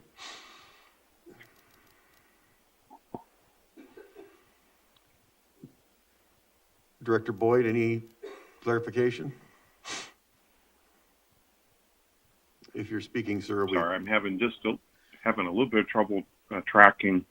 The audio was chopped up there a little bit. Could you rephrase the question? So we have 2 items, Indian Wells Valley Groundwater Authority proposed grant application projects, and then groundwater sustainability plan project priorities. Those 2 items sound very closely related to me, and we were thinking that you might have requested groundwater sustainability plan project priorities, and we were hoping you could clarify for us. I did not, but it does sound like the two are very similar to me as well. And knowing what their project priorities are, as Don just went through, is sufficient for me. I'm not surprised there because I know that they've prioritized imported over recycling. Okay. But no, I'm good with. All right, thank you, appreciate that. So we have item 4, district project priorities. Is this also not related closely to the previous two issues? I will defer to the directors. That came from, again, I think that came from Okay. Director Boyd. All right. Well, I think the issue, and I'm not sure if it came from Director Boyd or not, but I know the issue of priorities, at least from a staff consultant, came up when we were looking at the Sigma grant program to see what types of projects and that they were applying the money for. And as a result of the application in the scoring system, the application prioritizes certain projects that the GA feels are the most important, should be prioritized. And when we were going through that, our comments, in fact, did prioritize projects as well. It wasn't based upon any particular board of director input we had received. It was based upon our interpretation of the scoring, which was a little bit different than the GA's interpretation. Some of it was similar. And so the comment came up is that we're talking about all these different projects, and there's never been a discussion amongst the board as to what they consider the highest priority projects. I have an idea in my mind what I think the boards are, starting with recycled water and data gaps and situations like that. But I think that's why this item is on the agenda, in case the board wanted to provide any input on project priorities. That's all I have, Mr. President. Thank you. Mr. President, could I make one comment? This is Tim Parker. Yes, sir. Thank you. I just wanted to, it may have been me that actually added or suggested a couple of these items be listed as such. For the GSP priorities, I think the one differentiation in what's being ranked by the Groundwater Authority versus what's in the GSP is in the GSP, the pumping optimization is focused on the northwest area of the China Lake Ridgecrest sub-area, not on the El Paso sub-area. That's one distinction in terms of the GSP versus the grant project ranking, and I think that is useful to point out. The other thing I wanted to mention, and it's in our comments that we sent to the Groundwater Authority on behalf of the district, was that the Department of Water Resources has a very clear direction on what this ranking is supposed to look like. And it says that the Table 7 may be reworded, combined, or separated, but that it doesn't mention anything about eliminating aspects of the ranking. And what's not provided in the ranking process is detailed project descriptions, tasks, nor schedules and budgets, which are part of any adequate project ranking. So it just was difficult to do this ranking without that information. One other comment I'd like to make, and it goes back to what I think Director Rotoro was raising with regard to how the costs or how the fees or how the projects would be split up in terms of cost. The Department of Water Resources made a comment on the GSP about the implementability and uncertainty related to imported water. if a lot of money is going to be applied for in the grant application for imported water, it may not get that funding on the. So I think we need to have that dialogue with the groundwater authority on what, at a minimum, maybe the groundwater authority has to have a dialogue with DWR regarding whether or not they're going to fund imported water or aspects of potential imported water as a project in this grant, because the grant funding that's available is a minimum, I think, and I don't remember the exact number. It's 7.6 or 7.8 million, but up to $20 million. So I think it's important to really have that discussion in terms of how the money will be allocated for what projects. Okay. That's all I had. So if I understand you correctly, given the lack of preliminary project planning for either imported water or water recycling, the likelihood of getting funding for either grant at this time is not, in your opinion, not substantial. We're not likely to fund it because there's not enough detail. No, I wouldn't apply that to recycled water at all. Okay. And I think there are other programs for recycled water, and recycled water has a lot more certainty with it. I mean, it's pretty basic. I see. We have water available to recycle and then put it to use. Right. The imported water has uncertainty from a number of aspects. Okay. From the water rights, et cetera. So I'll stop there in the interest of time. So the likelihood of the imported water project getting grant funding at this time is diminished because of a lack of details. It's because DWR pointed out that there's quite a bit of uncertainty in their comments on the GSP. Okay. Mr. President, I think when you're looking at potential sources for this funding, the monies have to be spent, invoices submitted by June of 2024 or 2025. It's one of those years. So this is about a 2.5 year time frame. Right. Whatever you submit for the funding needs to be done within that time frame. So that's why practically a lot of projects are not going to be funded under this, at least my belief. Okay, thank you. All right. So 2, 3, and 4 are very closely related topics. Is there anything else we need to cover under district project priorities? I think that the 2 highest priority projects are, first is recycled water, and the second is the data gap. Do I hear any other comments from the directors about priorities? Okay. Can we move on to item 5? Update and discussion on brackish water activities. Brackish water project continues. As I've been reporting to you in the weekly updates, the aquifer test was completed using the NR1D and NR2D on Neil Ranch, the wells that belong to Mojave Pistachio. The samples from those wells were analyzed over in Bakersfield. We got the results back. There were some surprises. There's a call scheduled for next week on the 27th, I believe, with the brackish group to go over the results of those analysis.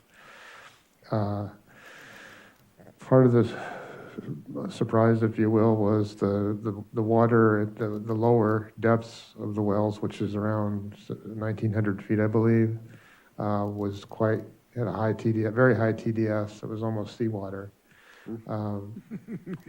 Chuck Krieger had some history over there, and I think he seemed to recall that there was an issue when some of the wells were drilled with drilling mud being flushed out. You want to expand? Yeah, there are particular metals that were very high in the water samples that were taken from the piezometers when they were originally constructed. So this is 2-inch pipe with 20 feet of perfs at 4 different locations, I think like 500,000, 1,500, and 2,000. Something like that. But they were drilled direct rotary, which means it had manufactured bentonite as the drilling fluid. And when you got the MSDS sheet from the, not an MSDS sheet, pardon me, but MSDS sheet, material data sheet, from the driller, the contents of the drilling mud had direct correlation with the high metal readings of the water that we got in there. And that was because we couldn't flush the the bentonite out because it was so deep and you can't airlift really that deep with that small of a pipe. That was on top of course, the general TDS that is apparent up there. So it was salty, but we had these, I can't remember, chromium and some other kind of crazy metals that were just spiking, and they correlated with the drilling fluid. After all this time, enough water has probably slowly passed through and diluted the effects of that. So hopefully what we're seeing is the actual, in situ water quality for those zones. So with that analysis, again, it caught the group by surprise because the consideration for treatment was essentially a first pass treatment. This is obviously, if we're to recover that water and try and use it, it's going to require additional treatment. So going forward, we'll be discussing that analysis during the call. The data that we gathered from the aquifer test, the intent is to use it to evaluate anticipated performance of reverse osmosis membranes that could be utilized to treat the water in that area. And also, the evaluation would consider pre and post-treatment requirements for the brackish groundwater, including the development of the treatment train, as well as the capital and operation and maintenance costs for a brackish extraction and treatment facility. So, before making any decisions, I feel it'd be best to do a pilot scale program to confirm the actual performance of a reverse osmosis process. Again, this depends on discussion next week with the group, but prior to getting this analysis, the plan was to develop a pilot project which would involve the area primarily near NR1, which is in the area north of Neal Ranch, south of Agnew Avenue, and east of Brown Road, west of the China Lake boundary. And the pilot test would consist of a brackish groundwater extraction well drilled up to 1,900 feet, a deep brackish groundwater reinjection well, again, about 1,900 feet in depth, north of the extraction well, and then a temporary building structure that would house the treatment train components necessary for the pre-treatment, the reverse osmosis treatment, and the post-treatment of the water. Again, it's a little premature to discuss specifics of a pilot project until we have discussion on the analysis that we received from the aquifer test. Tim's on the line. He's been involved. Do you have anything you want to add, Tim? No, I think you covered it real well, Don. We'll have to see where we go. I mean, the fact that the two samples in the deeper zones are so salty, so to speak, it actually one of the things we'll be, I think, potentially discussing, or at least bringing up, is whether or not we should be looking at the shallow intervals as well to get some water quality samples. It's so expensive to get by the time you develop, or not develop, but evacuate the well casing and the borehole. It just takes so much time because they're just tiny little wells to prepare for sampling. So the intent is to draft a final report. Obviously, we have to submit that as part of the grant, and deadline for that is June of this year. We initially expected to have it by March and asked for an extension to June just for the event something like this happen. We get a little bit of a setback in terms of the analysis. So we'll have our call next week and start putting together the report to finalize the study and submit it to DWR. And depending on that report and the findings, we would possibly go for a second grant for pilot program, pilot test. Okay. Any questions on item 5? All right. Anything else? All right. So seeing none, let's move to item 826, update and discussion on the Indian Wells Valley groundwater characterization challenges.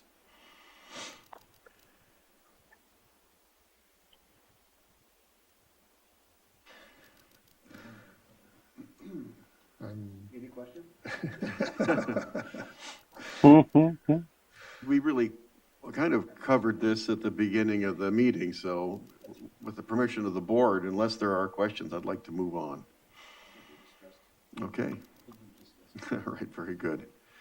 So let's do A3, 2020 General Plan Update. Yeah, Dave Scriven is on the phone, and there's a handout with a PowerPoint presentation that Lauren passed out just a short time ago. We covered quite a bit of this previous workshop, but this is more of a meat and potatoes kind of, here's the facilities that we came up with that we're recommending for the district in the future. So with that, Dave, why don't you go ahead? You can go ahead and leave off the history of the general plan development from 1976 until this point, because I think that we can forego that. That was a joke, everybody. We weren't really going to do that. Okay, David. Okay, thanks, Chuck. Good morning, everybody. Good morning.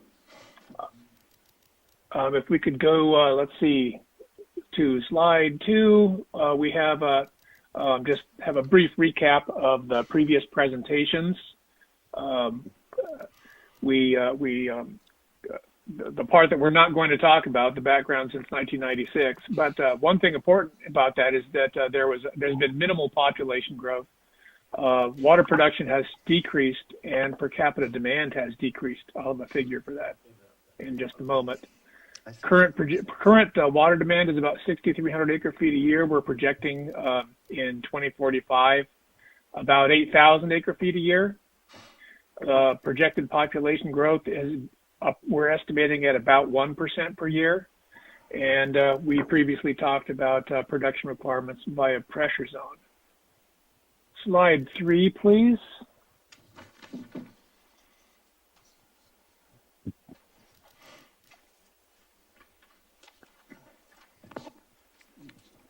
This is the figure you've seen before. This shows the projected population estimates for all the previous general plans and the current one. The current one is the dark blue one that's sort of in between the scissors of the 1997 estimates. Those 97 estimates were based on a +2 and -2 population growth. The current one for the current general plan shows that sort of a line intermediate between those. We could move on to slide 4.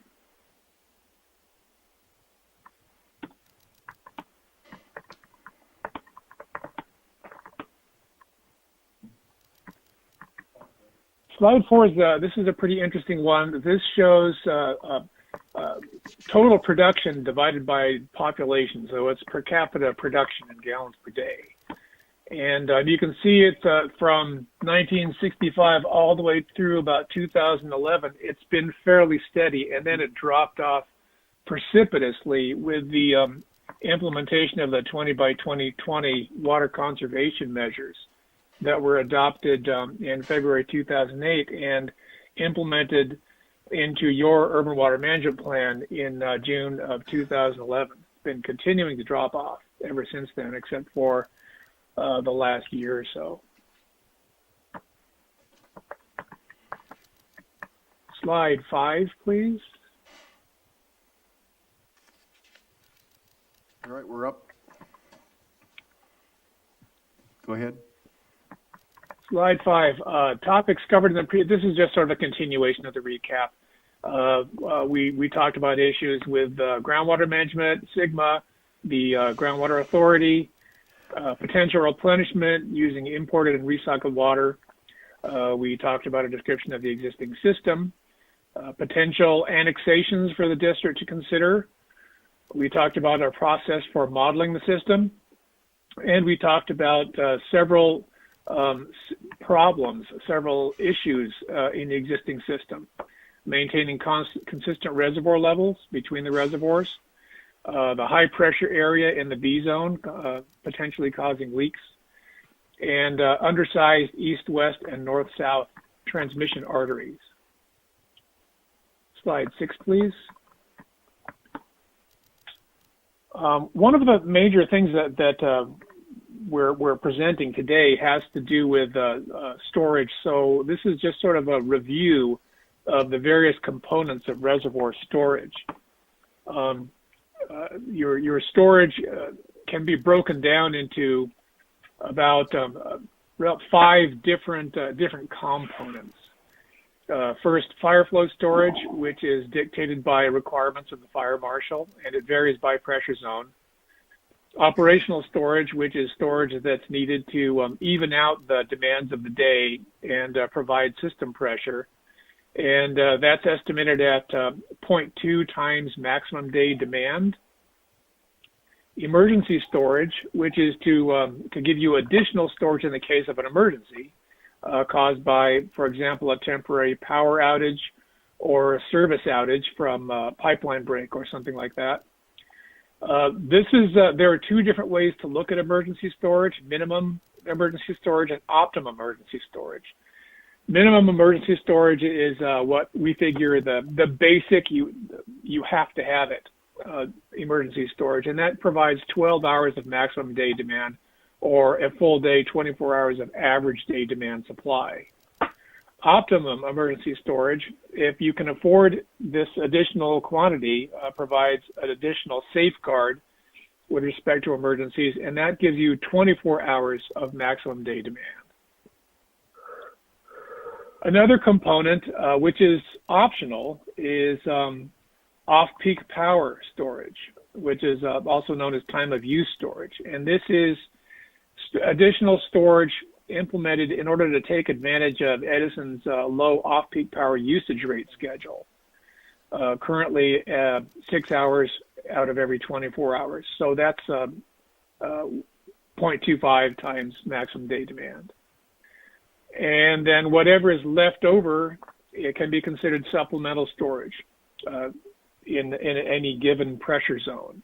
And that's storage available to mitigate any storage deficiencies in other zones and or to provide additional fire protection storage or disaster preparedness. Slide 7, please. This one has to do with off-peak power rate utilization because this is kind of a major issue. So I wanted to go over this and explain what we're talking about. Off-peak power rates can be made use of by avoiding operation of pumping units during a specified daily period of peak power use. So in order to do this year-round and system-wide, you need to have additional well pumping plant capacity that would be required, along with additional transmission and storage facilities. And this is because you're reducing all of your pumping to a limited time period during the day. So you need more storage, you need bigger pipelines, and you need bigger pumps, typically. We have currently, and this is the reason for this, the estimate that I'm about to give you is because of your solar project. The implementation of the solar project has created efficiencies in your system so that we estimate that implementation of off-peak power rate utilization would only net you about $60,000 per year savings by taking advantage of these system-wide off-peak power rates.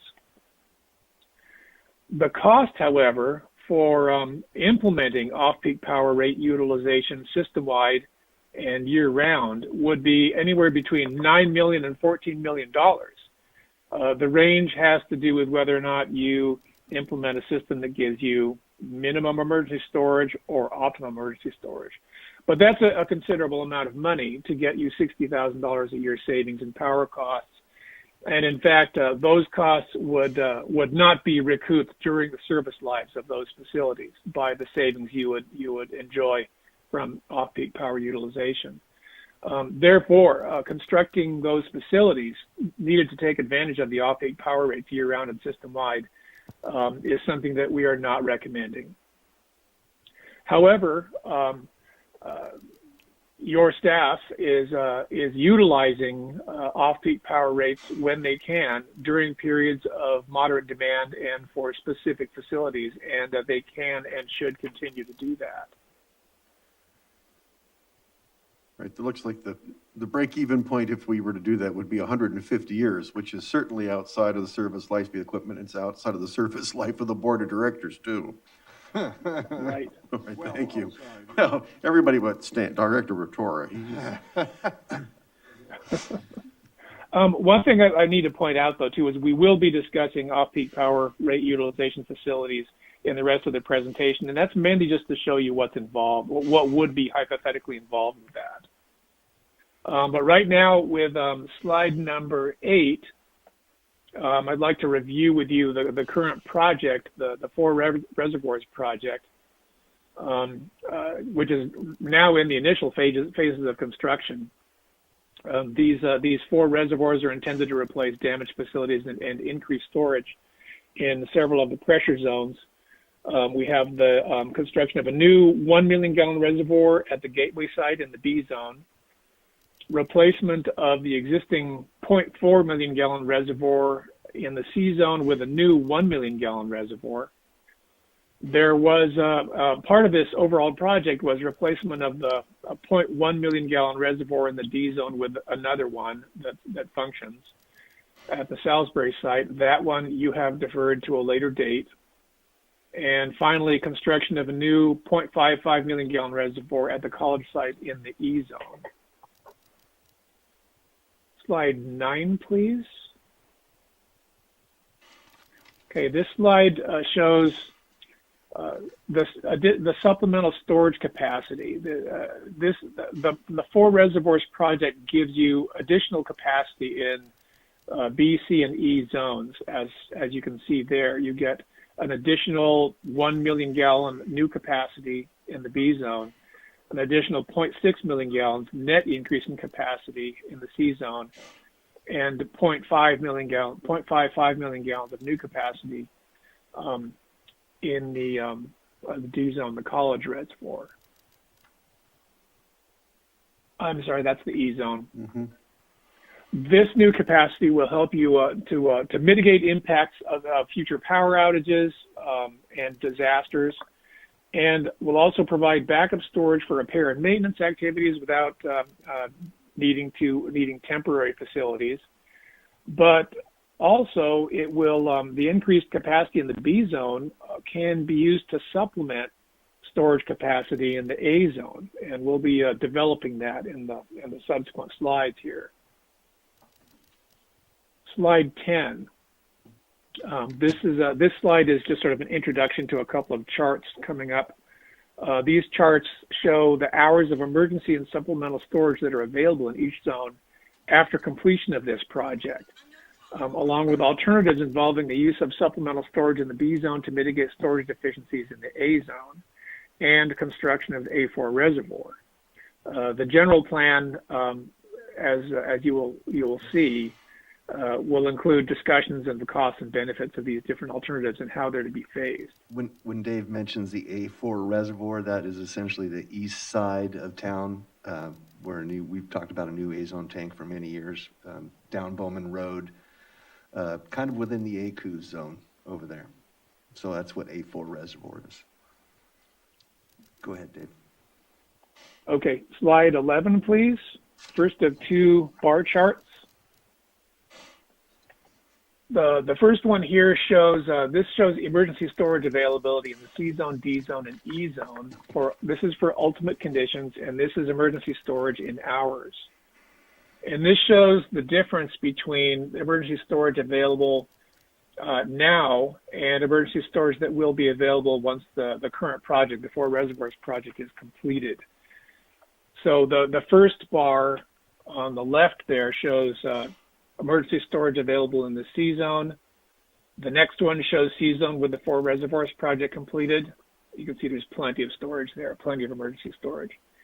The third one shows D zone. The fourth one shows D zone with the Four Reservoir project completed. The fifth one shows E zone, i.e. nothing currently, but with the Four Reservoirs project completed, it has adequate emergency storage above optimum. Slide 12, please. This slide shows you different alternatives for implementing supplemental storage from the B zone to rectify storage deficiencies in the A zone. The first bar there shows the emergency storage available in the A zone. Second slide shows emergency storage available in the B zone. The third slide shows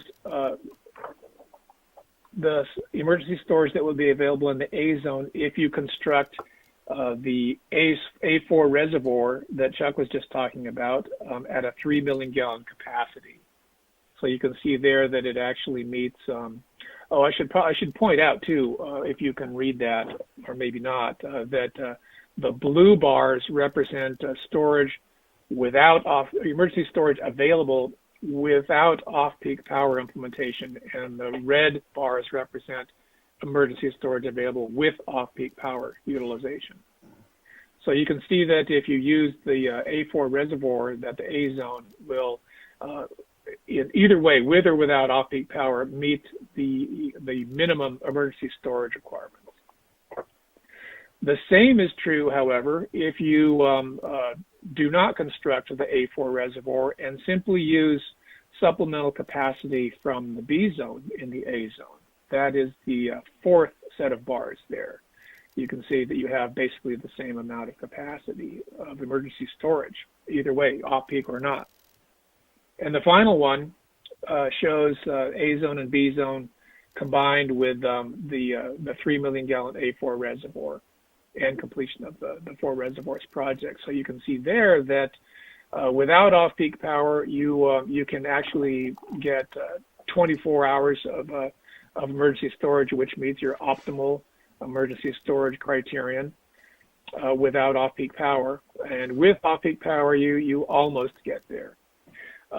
If you increase the size of the A4 reservoir, however, you can get all the way to optimum emergency storage, even with the use of off-peak power.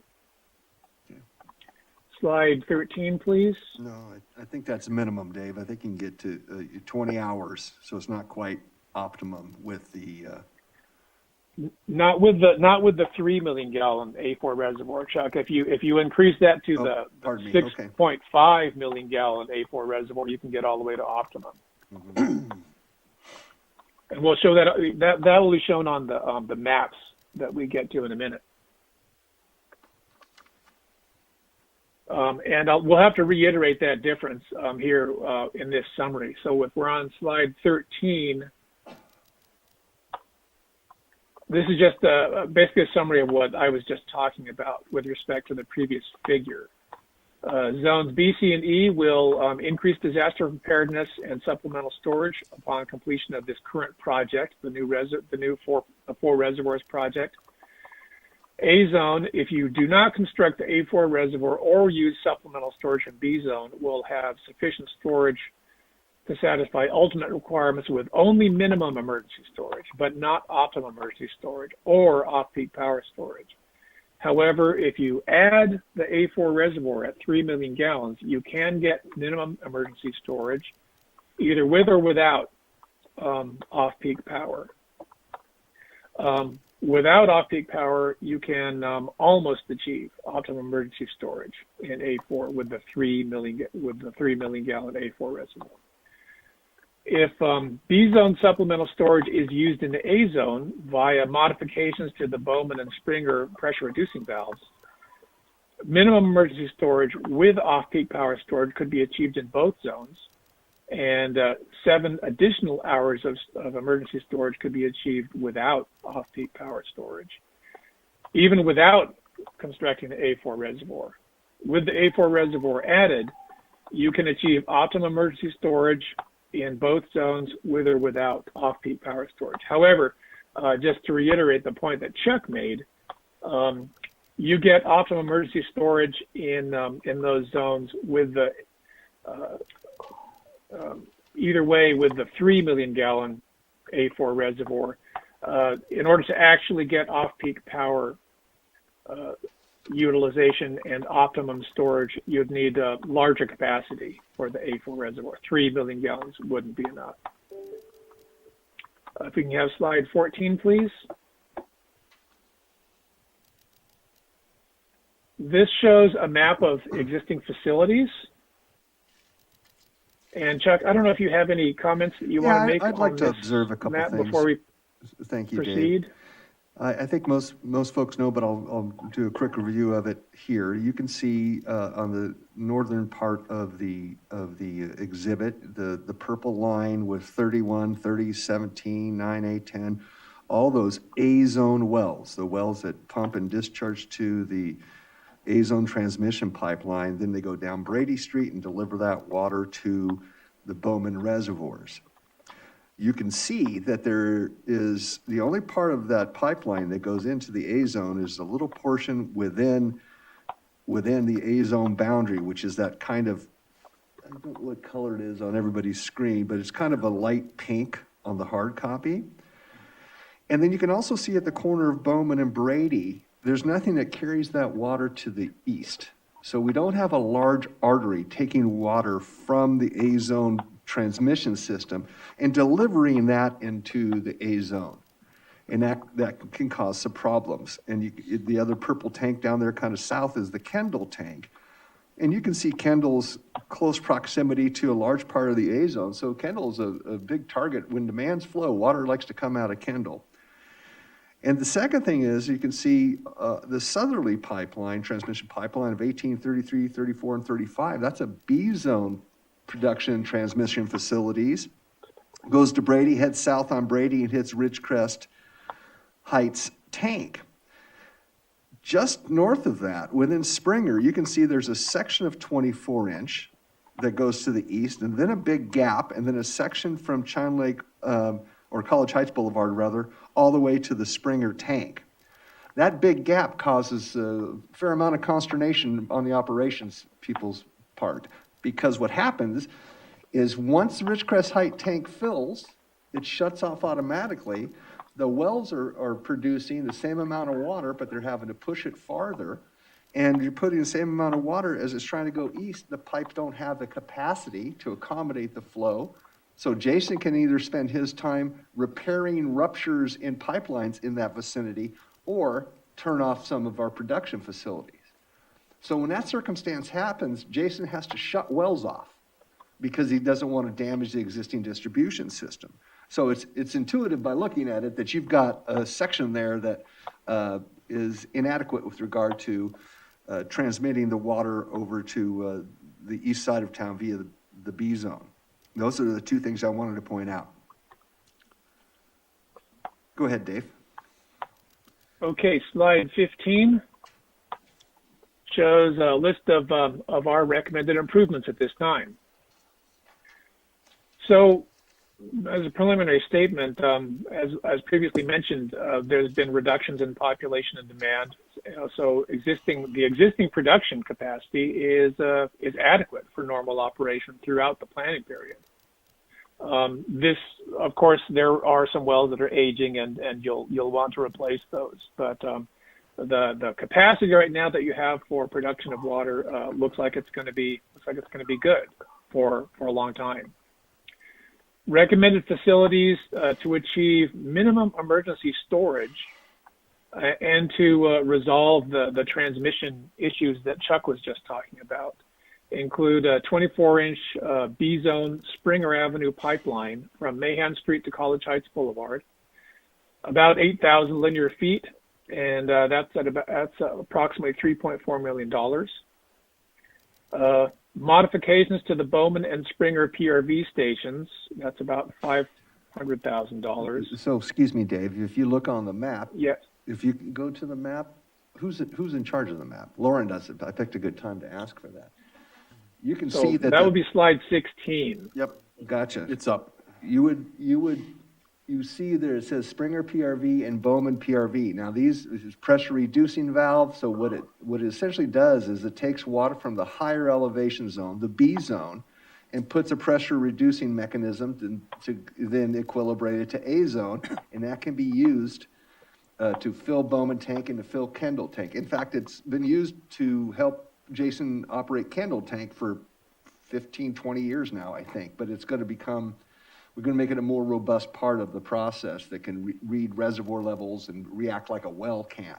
Instead of Jason essentially right now throttles it to a certain GPM and kind of lets it run. So those are key mechanisms because B zone has much more production than it does demand. A zone has not as much production and more demand. So it's in engineering, it's typically people don't want to break what we call break head or reduce energy because you're like, well, you brought the energy up here.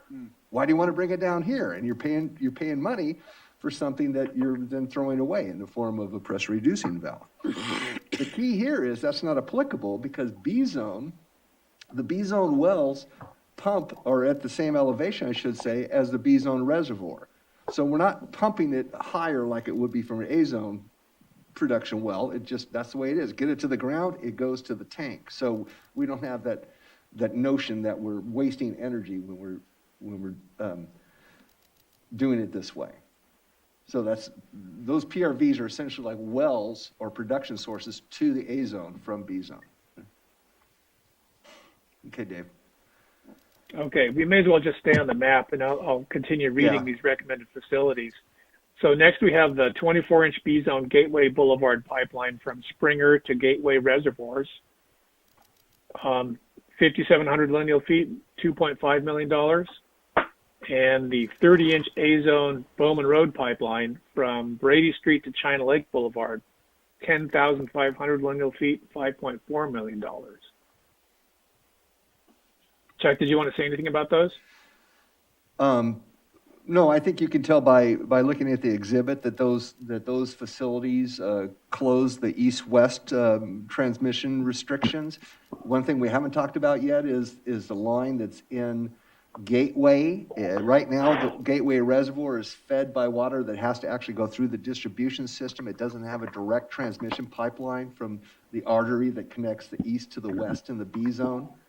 And that's been a chronic problem again for as long as I can remember, getting that water to Gateway Tank. And Gateway Tank, of course, is the storage where the booster stations boost up to to C, D, and E. So there's a lot of activity in that tank.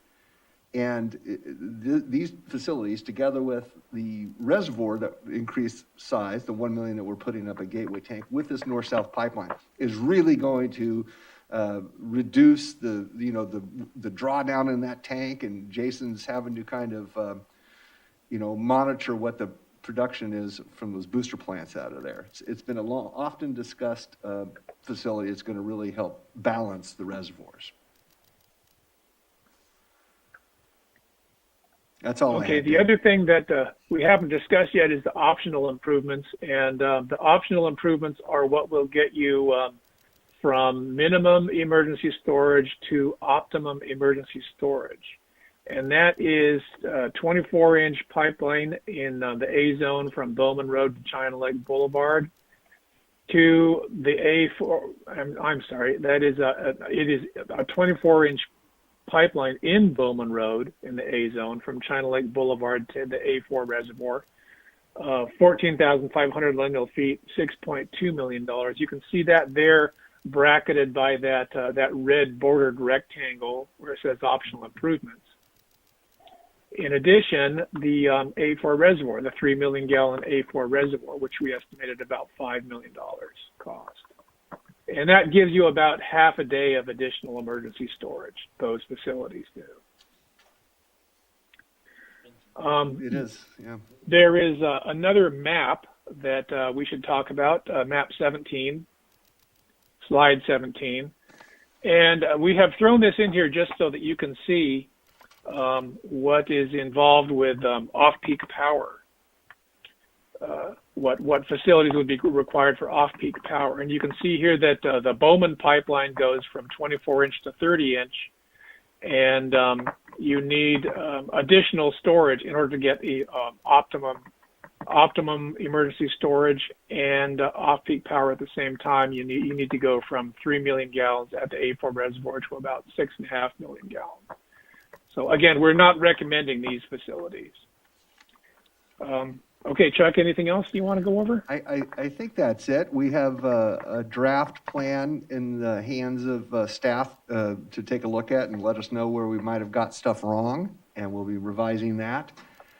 And I think that we'll be setting forth, of course, more detail with regard to this, but this is the bottom line with the facilities. It's some transmission, some storage. And I think we're going to be in good shape attending to the operational difficulties that we have now if these are constructed. Okay, thank you. For the record, Director Cordell has been able to rejoin the meeting. Do we have any questions from the directors? I don't really have a question, I have a comment. We've been discussing this inadequacy in the sizing of the pipeline for years, so in my mind, we need to address that pretty quickly. Is that? Well, I think so, but at the same time, you have other things pushing and pulling on how you operate the system and pay for things.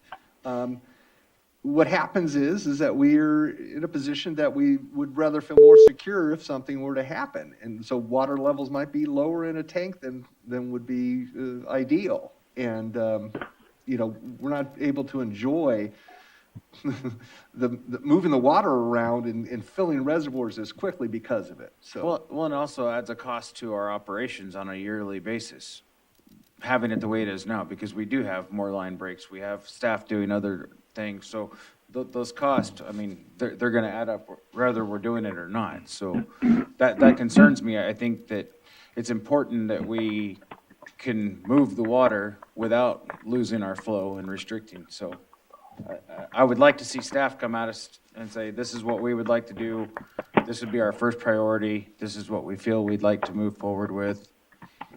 we've met with staff and we reviewed this before it went through, and I believe that we have attended to their requested improvements. And if not, of course, we can modify it, but we've been in contact with staff and reviewed it. Okay, thank you. I certainly agree with the idea of prioritizing the improvements, because we need to know that. My feeling is, however, that's like a but, but I get it. we don't really know right now the impact of Sigma on us. And we can only spend the money we have once. I've been trying to convince the GA board the same thing, but haven't been very successful. But we need to be careful of what we commit to and how quickly, just in case something arises in terms of costs from what we have to do for Sigma. And I don't think we know yet what we're going to have to do as a result of working the Sigma problems.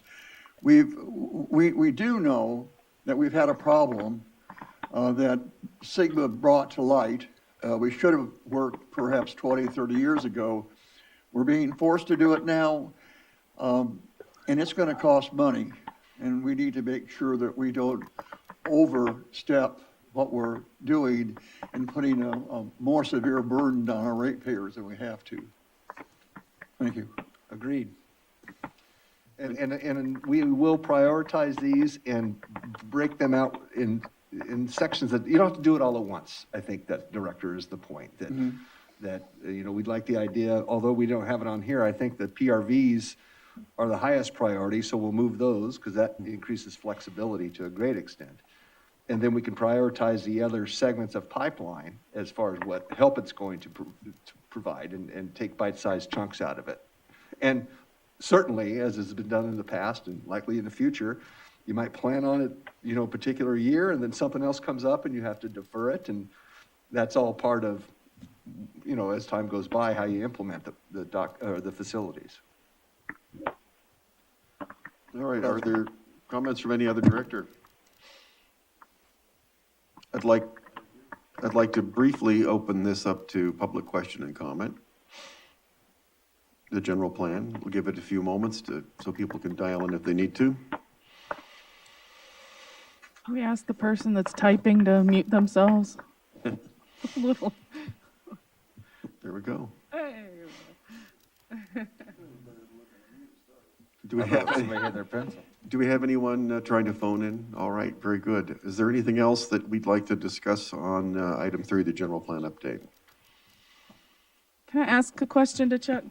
in the past, we'd kind of looked at these general plans as like, 10 years, 20 years or something. We're not really giving it a timeline right now at this point, are we? Well, the planning horizon's 2045, Okay. so I think that's the timeline. God, it seems so far away, right? But it's I know. 23 years. That's odd to say out loud. But yeah, it's ultimate, frankly. Yeah. After this, shouldn't be a lot more with regard to transmission, maybe distribution to new development and stuff like that. Yeah. We're really starting to get ourselves built out, so. Okay, all right. Well, let's move on to item 4, A4, Special Adjudication Workshop. Thank you, Dave. All right, thank you, everybody. Yeah, Thank you very much.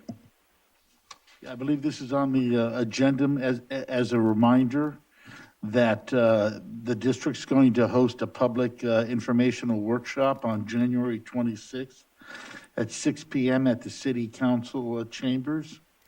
The purpose of the workshop will be to, once again, discuss the comprehensive adjudication and also try to focus on the impacts of the filing on small well owners and other pumpers within the basin. I think everybody's aware that the mailer, what's been called the mailer, has gone out, and that is basically affecting service on the numerous parties in the basin, and also contains the answer for them to appear and start to participate in the adjudication. The presentation will be similar to what we had back in December on the 14th. However, I will say that there have been a number of events. There was some discussion at the city council meeting, and then there have been other discussions on social media where people have posed questions about the adjudication. We are compiling. We have a pretty good list of questions that were raised recently. A lot of them since the first board workshop. We would also plan to incorporate these new questions and be in a position to have some answers for the public if they were to come up at that time. Will you be able to provide those as a fact that can be handed out and published?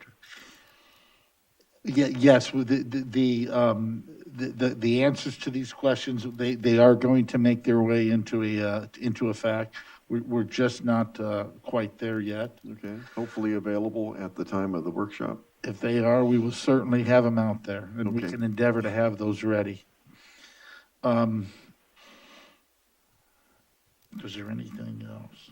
So the Board of Directors will, as was at the last workshop, the Board of Directors will be in attendance. They'll start the meeting, and then they will hand the meeting off to legal representation and the general manager. Is that correct? If there are 3 members of the board that want to attend, then yes, we would have to do it as a special board workshop, so there's no Brown Act concerns about that. I would also add one thing. There have been a lot of questions that have been posed by and about small private well owners and the impact. And we have been working on that from a legal standpoint, and we also hope to be able to provide some additional information on small well owners, de minimis, private well owners. That's all I've got, and we'll be ready to respond to questions on the 26th, hopefully. That's all I have. Okay, it is my intention to attend that meeting. Are there any other directors that are planning to attend that? Right, there's at least 3 of us, so we'll need to make it a special board meeting. Noted. Thank you. I will be there. That's 4. All right, very good. Thank you. Can you tell me if there's any special considerations being put to allowing the public to attend that? The original BoD notice said that the public was invited to attend. Has anything changed with regard to that? Honestly, we haven't got that far. We know that's out there, but my understanding is that if nothing changes, that the mask mandate is still in place. I was, I have a you know, question as far as not the mask mandate, I'm just public attendance. Oh, Don, perhaps Don can provide a little bit more input on that. Well, we haven't finalized discussion, but I would say that I had a call with DWR and Stantec, the consultant that's doing the facilitation. They're trying to schedule the first initial meeting for the facilitation process, and what they are looking at doing, first of all, it would be held in city council chambers. That would be the venue. DWR and Stantec are obligated to follow all state health directives. So we've had a discussion. What we talked about was they proposed doing some sort of a reservation process where anybody interested in attending would reserve a seat. They would have to sign an agreement that they will comply with all public health directives. And I know during the peak of the pandemic, city council chambers were open, but I recall, I don't know if it was every third or fourth seat, they put a piece of paper on the back of that seat, and those were the seats that they allowed people to sit in. So, attendance would be limited. It will be live streamed. It's going to be in city council chambers, but we're still discussing the date and the logistics of that, putting that on. So I don't know, we haven't finalized how this would be structured, but that possibly something similar to that. But public definitely would be invited in, and it'd definitely be live streamed, so there's no limit to the number of people that can participate. I guess my only concern would be that if we can't get as many people in as we have requests for, we should start thinking about a third meeting. One thing I don't want is for this adjudication is a critical issue. It's going to be a long-term issue. We need to make sure that everybody that wants to be there can be there either at the 26th or at another meeting following the, whenever, I think officially it ends on February 15th. And if we have to schedule another one for the 16th or whenever, but I want to make absolutely sure that anybody who wants to be there for one of these sit-down in public discussions is able to do that. Noted. Go ahead. I guess I've got kind of a little bit more of an issue with than that, Stan. If we have the meeting on the 26th, I want to make sure that the public can come, or we don't have the meeting. Because if the public can't attend, it's a nightmare to try to call in through the phone to get on. We took the ridicule on Facebook for today's meeting. And I'm perfectly okay with that for today's meeting because it is at our water district. We have 30% of our staff that have COVID or have had COVID in the past month. So as our president said, our general manager has made a decision to follow the mask mandate to protect our employees, whether the mask work or not. We're not going to discuss that. I personally don't feel it does, but I'm going to wear one because that's what our general manager has requested. So, but to have a meeting at the city where the public has been invited through the past meetings, they've been open, they've been allowed to attend, and if we cannot have that same thing off of the premises here where most of our staff won't be anyway, it'll be our attorneys and just the board members, I would be for postponing the meeting until we can't have the public there. Because I think it's vital that the public is invited to this meeting and can say what they have to say. Yeah, public attendance, I believe, I speak for the board, is mandatory for the meeting on the 26th. Understood, and we'll do our best to make any kind of arrangements that can help to meet that objective. Okay, that's just a few short days away. Understood. All right, thank you. Anything else on the adjudication workshop? I don't know if anybody got any emails from Lori Wagner. I don't know if anybody else did, but her group is very concerned about this adjudication, and it might not hurt to reach out to her personally and talk to her. She has a pretty large group of followers here in town, just to go over some things with her, and, because she thinks that even the water district is, out to get her group and her well and the whole 9 yards. So we have the meeting following on with DWR, that she should certainly receive an invitation to attend that. Then also, did we discuss any further as far as the mailing type of the announcement? As far as signatures required or anything that we talked about our last board meeting? In terms of the filing of the answer, Yes. yes, we're preparing some questions and answers with respect to various ways that they're able to file, and we'll be able to discuss that in depth and detail on the 26th. Another extremely good reason to make sure the public's there, so. Okay. Pardon me. One last thing. Has anybody have any knowledge about how many of the mailers have actually been mailed and received? It's my understanding that I believe all of the mailers have been sent. I can confirm that, but I have no idea to know how many people have received them. Okay. They're still arriving. I received another one yesterday at my residential address. Okay, I'm expecting to get 6 and I've gotten 0, so. Well, I'm not sure how they're distributing the 22,000 mailers, but It takes a while, I'm sure. Yeah. But I would like to have some confirmation that the large majority of those would have been distributed before our meeting on the 26th. We'll look to see if we can provide a better numerical update at the board workshop, Director. Yeah, I've only received one also, Stan, so I don't know what's going on there. Okay, so before we move on, we understand we have a caller.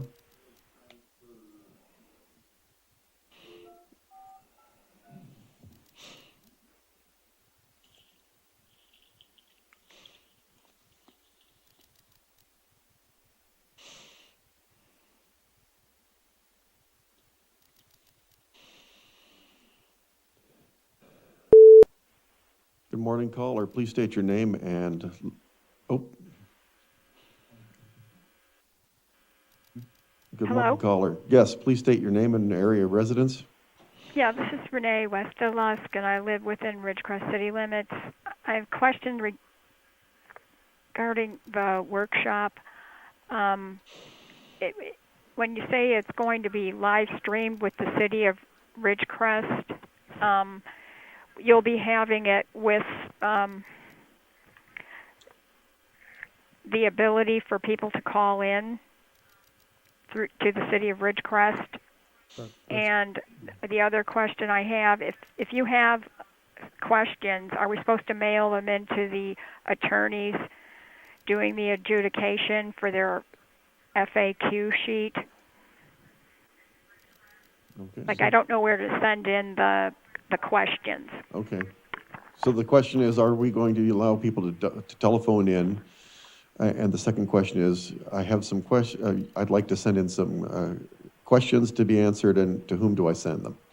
The answer to the first question is yes, it'll be just as a groundwater authority meeting or any of the city council meetings. It'll be accessible. You can call in with your questions. And then, Renee, if you have any specific questions regarding the adjudication that you would like us to address on the 26th, you could send them to Don and or myself, and we'll do our best to address those. So do I just do the email, the address of jim@mahwlegal.com? Is that where I send the questions? Yeah, that'll be fine.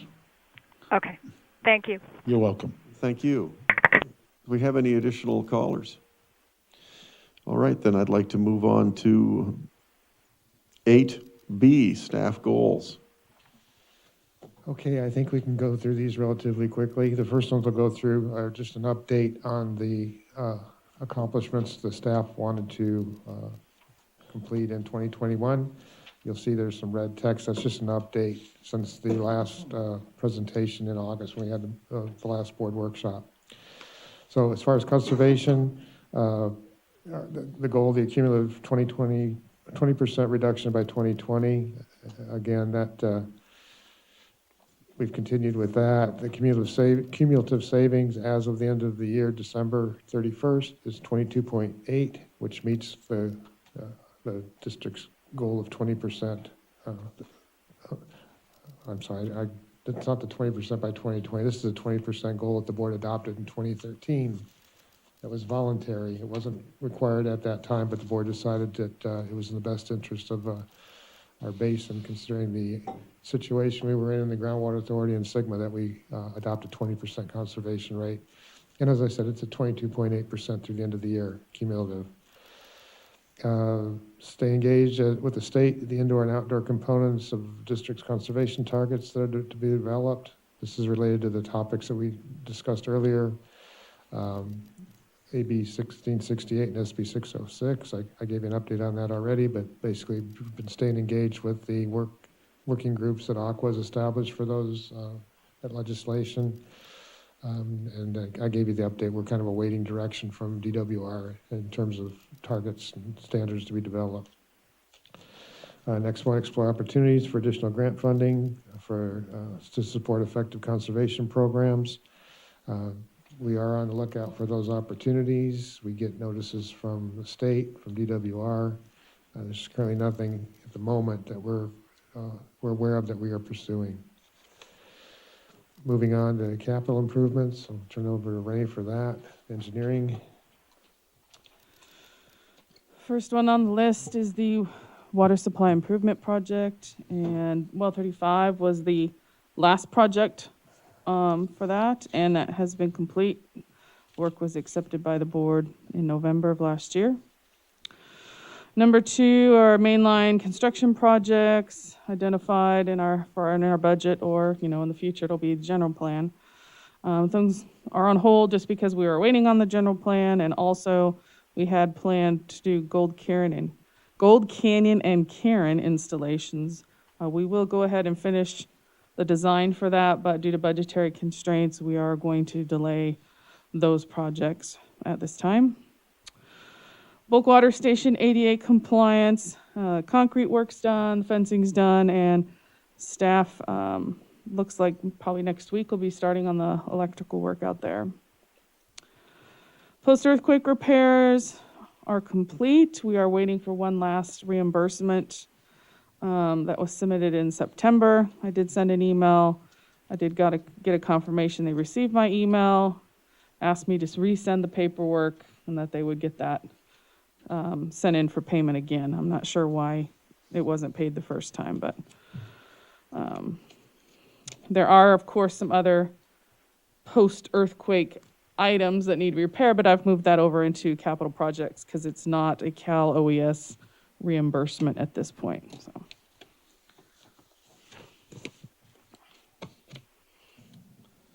For the financial goals, the first one being the implementation of GASB 87, which is how we account for leases within the financial statements. That has been delayed by the GASB board due to, I'd imagine, coronavirus and whatnot. So we'll be implementing that this current year, unless things change again.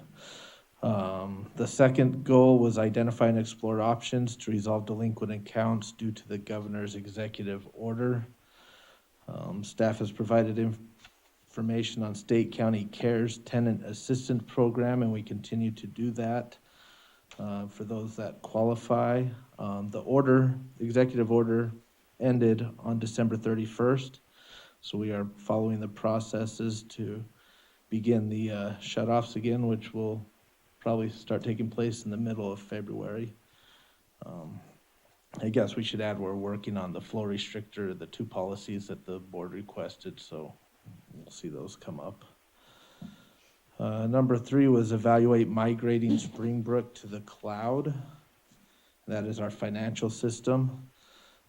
So we are currently in discussions with Springbrook on the process, cost, and schedule. Number 4 is develop the unclaimed check policy. This one we do have ready. but other priorities have taken place, and it's not really a emergency type thing. It's something we can delay and apply as time permits. Review vehicle replacement policy and plan. That is on hold due to some staffing changes. So you'll see that in the 2022 goals. And evaluate the AMI collector network to determine if additional coverage is required. Currently, our AMI connectivity is in the high 90th percentile, so we don't feel there's any need to further action. We actually, Neptune's quite pleased with the amount of the connectivity that we do receive currently.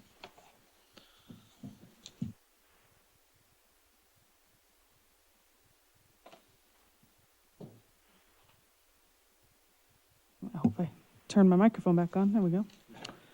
Back to engineering. Let's see. Temporary pavement, replacement of temporary pavement. That was completed for this last year. They need to do the seal coating. So I'll be contacting our contractor to make sure that gets completed. And then we'll be ready to go out this next spring for our next round of patching to be done. That is an ongoing item. The land endowment. This is something that needs to be done. I know it needs to be done. It's been on here a while. It keeps getting delayed. It's just, we're just, really busy. We've had staffing issues, and now we do have an associate engineer, and then we've been kind of overwhelmed with utility locates. So hopefully we're getting more help in that. We can get back on doing more engineering stuff. General plan, you just got an update on that. So no need for me to explain that. Our risk and resilience assessment was an EPA requirement that needed to be done last year. There were two parts to it. The risk and resilience assessment that was done in June, and then the emergency response plan that was complete in December. So the EPA was notified that both of those items were completed. An update of district mainline extension procedures and permits for construction. We are using the permitting paperwork, but we do still have to do the update to the mainline extension procedures. So that still needs to be done. Justin doesn't know he's going to be working on some of that stuff pretty soon.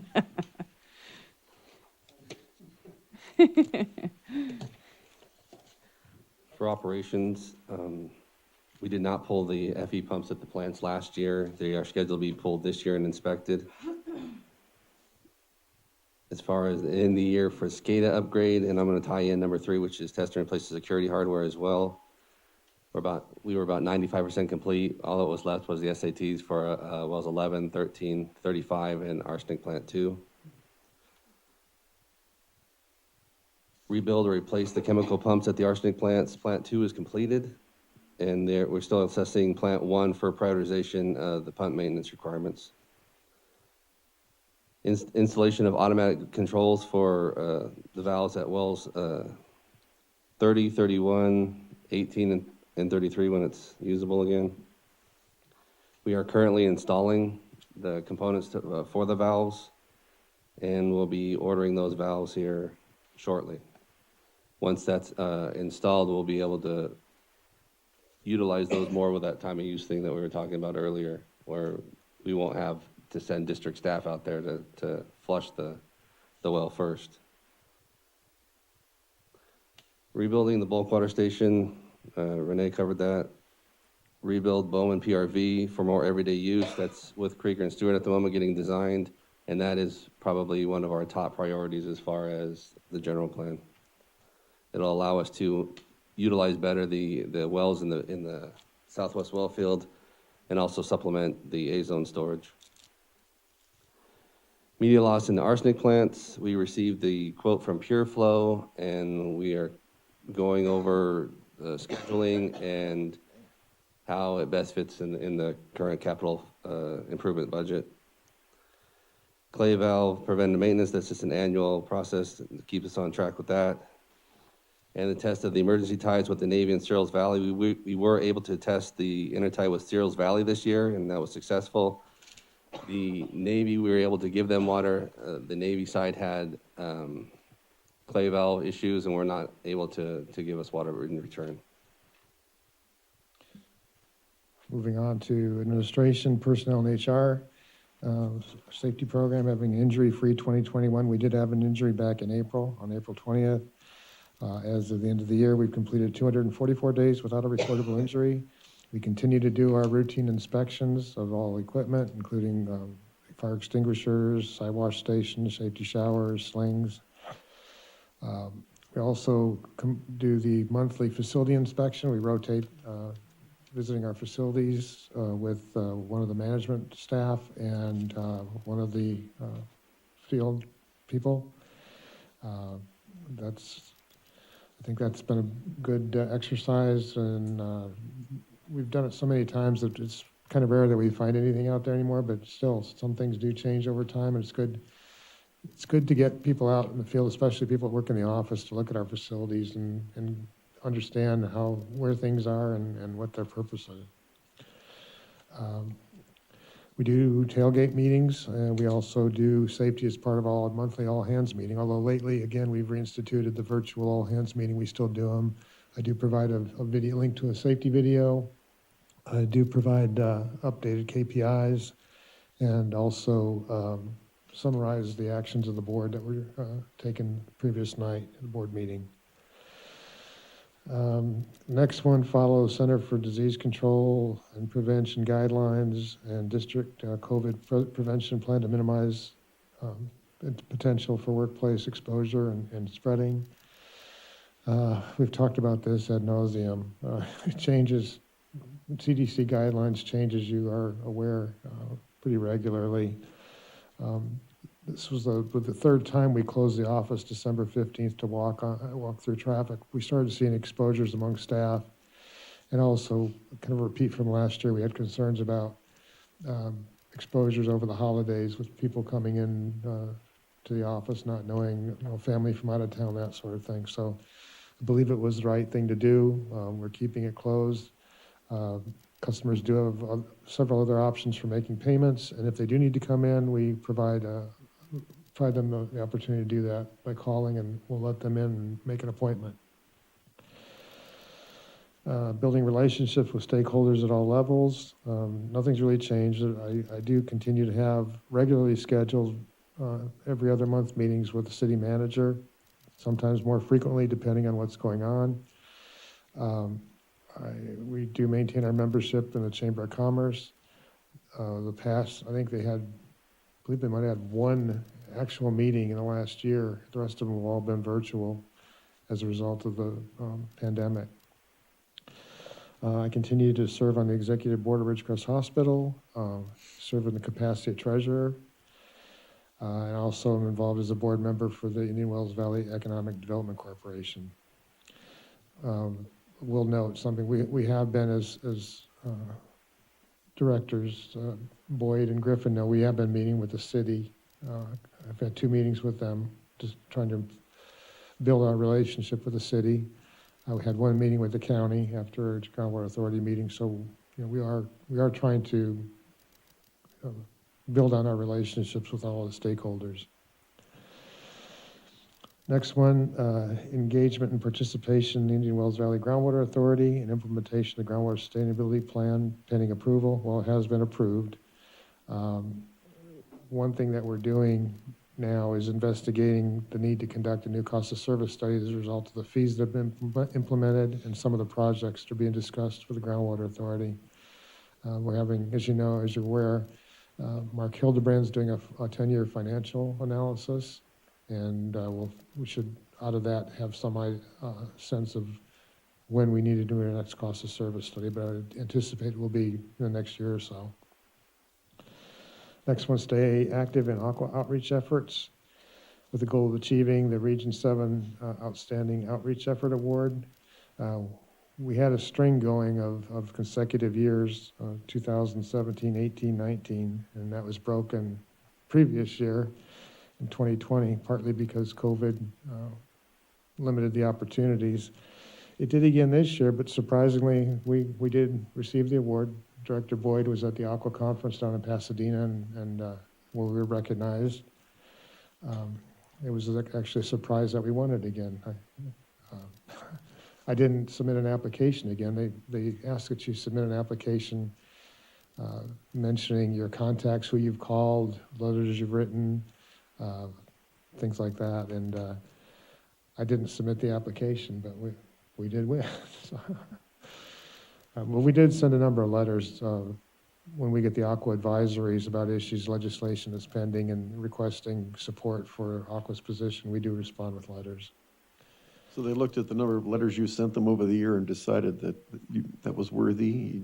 Just that water district in Indian Wells Valley, don't we get a letter from them weekly? I think we need to get them Apparently so. Somebody was recognition. tracking it, yeah. Next one, active outreach program, keeping customers and residents informed about issues related to water and district business that is of importance to them. Website and Facebook are now being managed by Providence Strategic Consulting. I had to admit we were managing that ourselves, but I believe that they're doing a much better job than we're aware of. They do this this is their core business, outreach like this. And although we were managing okay, I think we've seen an improvement in the outreach and the number of people that are being engaged in our website and in our Facebook page. So I think that's been a good action that we took. We did participate in the 2021 Petroglyph Festival. We are planning to participate in the Spring Home and Leisure Show. We have reserved a space. I'm not sure how they're going to manage that with the current health directives, but as far as I know, it's still going forward and we plan to be there. Any other opportunities that we get for public outreach, we try and engage in those. I was a guest speaker at the March 17th Rotary Club meeting. That was a virtual meeting, and so that's that one.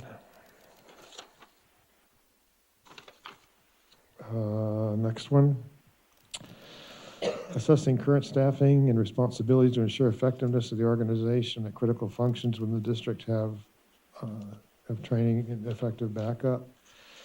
One addition, our new IT SCADA administrator is here in the room with us. I think that position was approved by the board, and that has certainly proved to be a good addition to our staff. Now, we've talked about cybersecurity, the importance of that, and securing all of our networks and keeping everything running, and we've definitely seen much improvement in that regard with the addition of that position to staff. Ensure all required training, including sexual harassment training per SB 1343 and ethics training per AB 1234 is kept current. Lauren tracks that very well. All required training is up to date. And thank you to the board. Submit quarterly GM columns on timely issues for publication in local newspapers. I've continued to do that. I had 4 columns this year. March was achieving water sustainability, comes at a cost. July was titled It's Complicated. October was searching for solutions, and December, legislation and litigation. Catchy.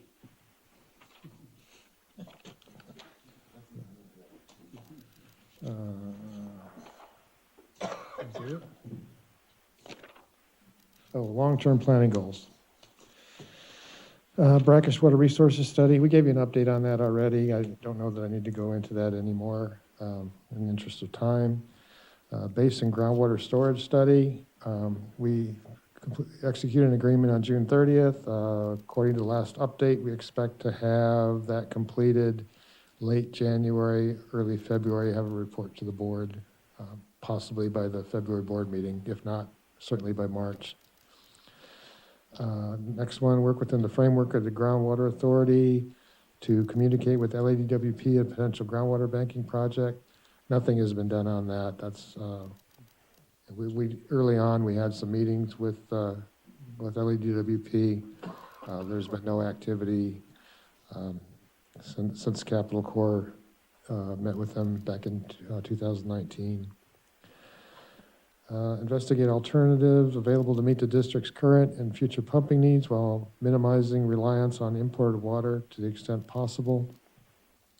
We are in discussions with the Groundwater Authority for acquiring water from the city's new treatment plant. Those discussions are ongoing, and as we alluded to earlier, that is the top priority for the district in terms of projects we're submitting for grant funding. Explore opportunities for district assets in Inyo County. Nothing's really changed there. We still have the Stein property, nothing really going on there. There is potential for possible solar if there's access to the grid. As far as farming the property, again, we've had the current lessee on the Butterworth property look at that area and give us an assessment for what it would take to farm it. It was over $1 million, and that was probably about 4 or 5 years ago. I don't imagine it's gotten any cheaper. So I think the only opportunity there is probably something with solar if there is. We have had a couple of people over the last few years approach us, a couple of companies about solar, but nothing's worked out, generally because of access to the grid. The Butterworth property is still under the standstill agreement with COSO. That extends through December 2022, as does the lease with the current leasee on the Butterworth Ranch.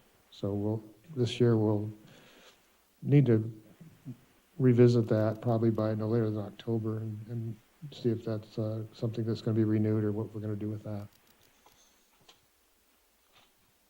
That wraps up the 2021 accomplishments. Any discussion? Move forward to the 2022.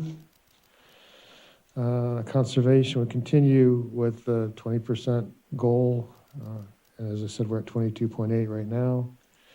Stay engaged with Aqua and the State Water Resources Control Board as the indoor and outdoor components of the district's conservation targets are considered and adopted by the State Water Resources Control Board. We've talked about that.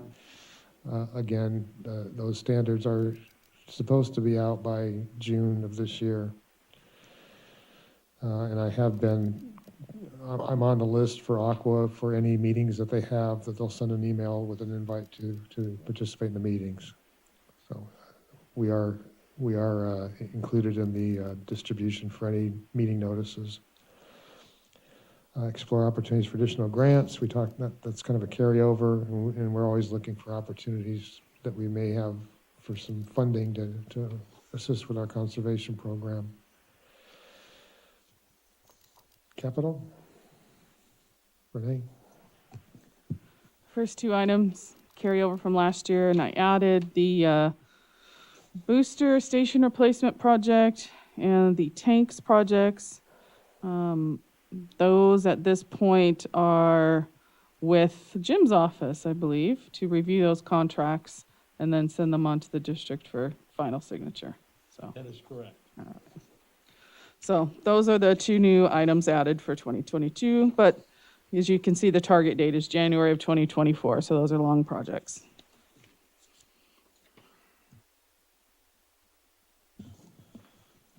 Finance, we do have the, once again, implementation of GASB 87, so that'll be taking place this fiscal year. We added the small meter modernization project. 2/3 of our meters are older than the useful life of the meters, which is typically 15 years. We have found many still in the ground from the 70s and 80s. And as you know, with meters, when they age, they typically slow down. Lost revenue, and also at DWR, someone was giving us a little bit of a, we're not tracking our water as water loss. That's the word I'm looking for. Some water loss issues due to that. So we are working on that. That is expected to take about 3 years to complete. We did start this in May, and we've replaced 1,000 meters so far. So we got another 7,000 to go or so. Once again, migrating Springbrook to the cloud, the cost was minimal. The benefits were huge. They host it. They provide all the cybersecurity. They provide all the updates for Springbrook's. I mean, we're several versions behind just because of cost and time. So we are looking at doing that this spring. Once again, the unclaimed check policy, I'll probably just send that over to you, Jim, and then when you get time, you can take a look at it. I look forward to All right. This year, we will review the vehicle replacement policy and plan.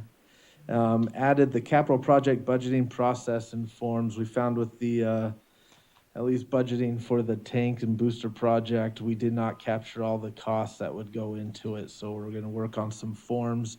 So prior to approval or putting a project into the budget, we can more accurately capture all those costs that go in with it.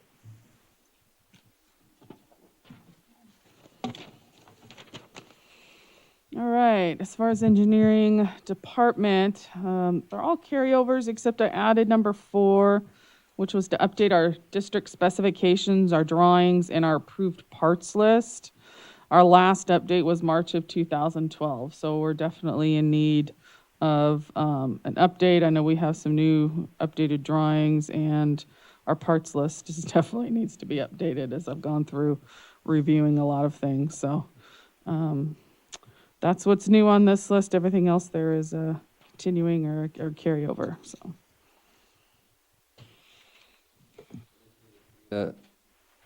Upgrade should be completed. In fact, we are actively finishing up the SATs. I'm assuming that they're going to be done either this week or early next week, and setting up a schedule of training with ATSI. And once that's done, we'll be able to present it to the board for acceptance. The arsenic plant, chemical pumps rebuilding, that's on there for this year for plant 1. Switch gears for 11, 13, and 17 need replacement, so we'll be assessing those. Pulling the FE pumps and inspecting them at the arsenic plants. The rebuilding of the Bowman PRV for more everyday use. Installation of atmosphere mag meters, as we're paying for all the water that we're pumping. We want to make sure we're accurately tracking, and the mag meters are the most accurate. Implementation of a new domain controller for the district network. The servers back there are reaching their end of life, both software and hardware-wise. Consolidation of the file servers, again, with the servers back there. Migrating the GIS server. Testing the emergency interties. Hopefully the Navy has fixed their clay valve this year, and we're able to test both of those. Finalizing the installation of the automatic controls for wells 18, 30, 31, and 33. Finishing the bulk station move. Installation of the new under drains at the arsenic plant, at least one of them. Upsizing the Springer Reservoir solar facilities. They're undersized for the current needs of what the new SCADA system can do, so we're going to look at upsizing those, increase the battery size. We need to rebuild the Ridgecrest Heights booster, replace the centrifugal pumps that are there, and then finally the annual clay valve preventative maintenance program. Okay, moving on to admin, personnel, and HR. Several of these are either continuing items or some carryovers from last year, or continuous items that go from year to year. But first is hiring and onboarding a new general manager. As you know, we have an ad hoc committee assigned by the board to do the recruitment for that. Again, hopefully build on an injury-free year this year. Prior to the injury that we had, we were close to, was almost 500. Yeah. So we'll continue to do everything that we're doing with our safety program. And Jason's actually doing some review of our safety policies to update them. We have pretty much all the policies are required in place, but some of them just require some updating because things do change periodically. Next one, as this pandemic continues, hopefully we see a bend in the curve this summer and things get back to normal. But again, as I've said before, the first priority is keeping our staff healthy and safe. To the extent that I can influence that. That's what I'm trying to do. Obviously, outside of work, I have no control, but within the work area here and to the extent that I can, we're doing what we can to make sure that staff is kept as healthy as possible. Update the salary survey and negotiate and approve a new 3-year MOU.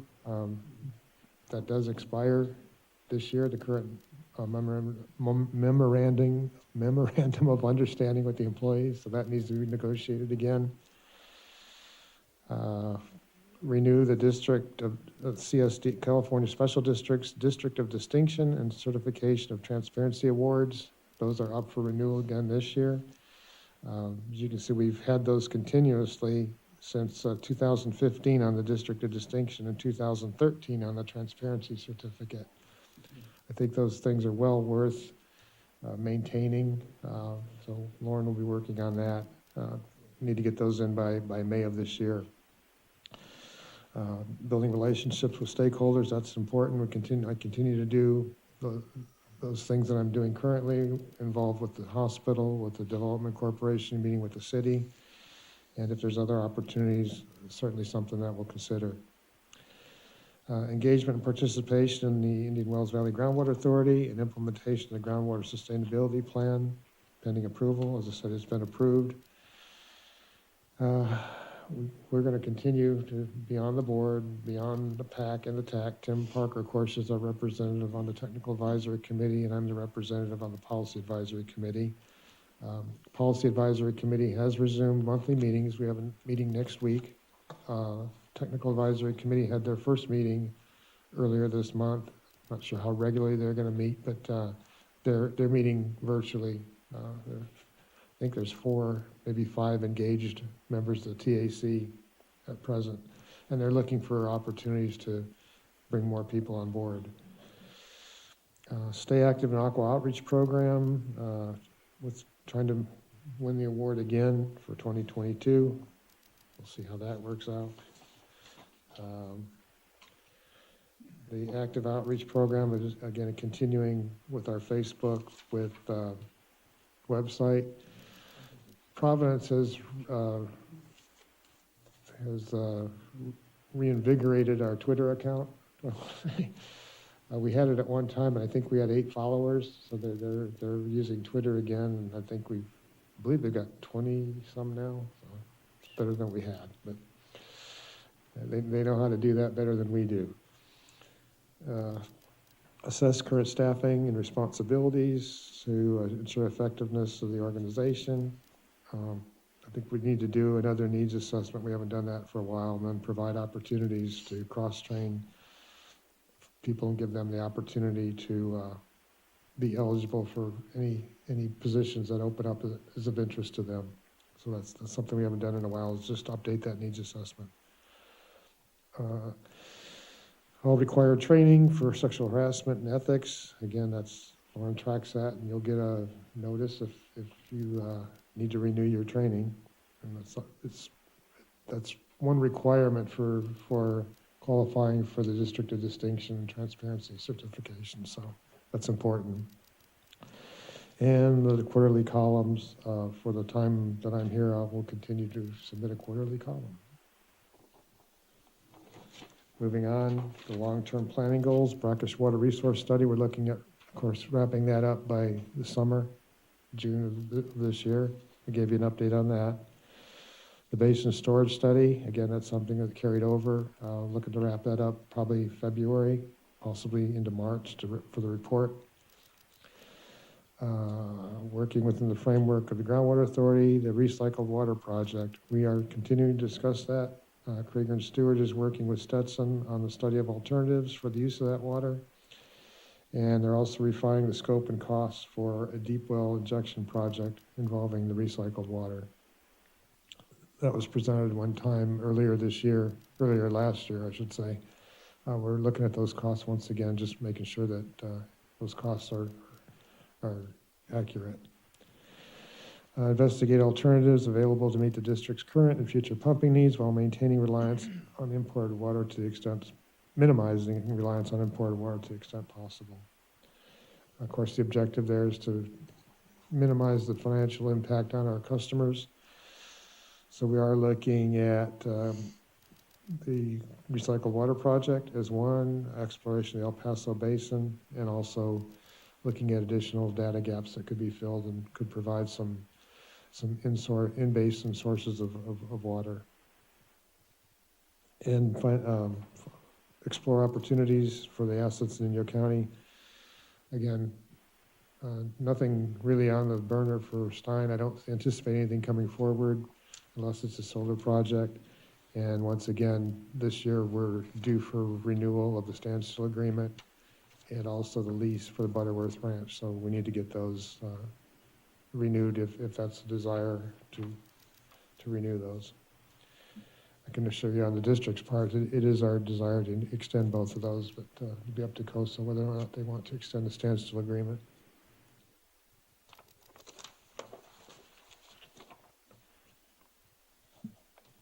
Okay, are there any questions from the directors regarding these reports?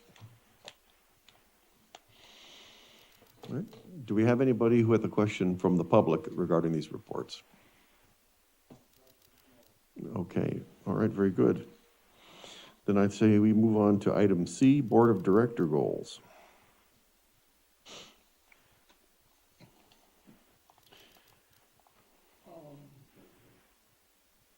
Thank you. Is that better? A little better? The GA is getting serious about trying to calculate their overdraft as opposed to model or indirectly calculate it some other way. And that is in the annual reports. And so I am very enthusiastic about getting some better information regarding the overdraft in our valley. And I think we've already hopefully got Chuck Krieger on board to help look at that 2021 document.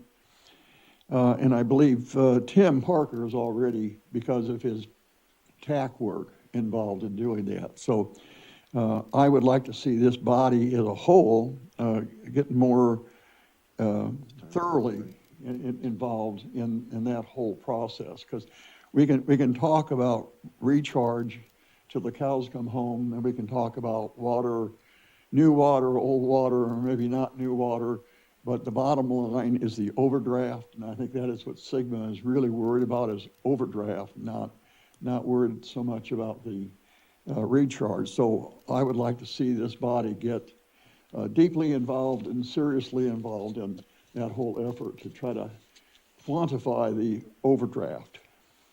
All right, thank you. Before we continue, we have a few more items left on our agenda. Does anybody wish to have a 5-minute break before we tackle the rest of the agenda? Okay, very good. Director Cordell, any priorities you'd like to describe?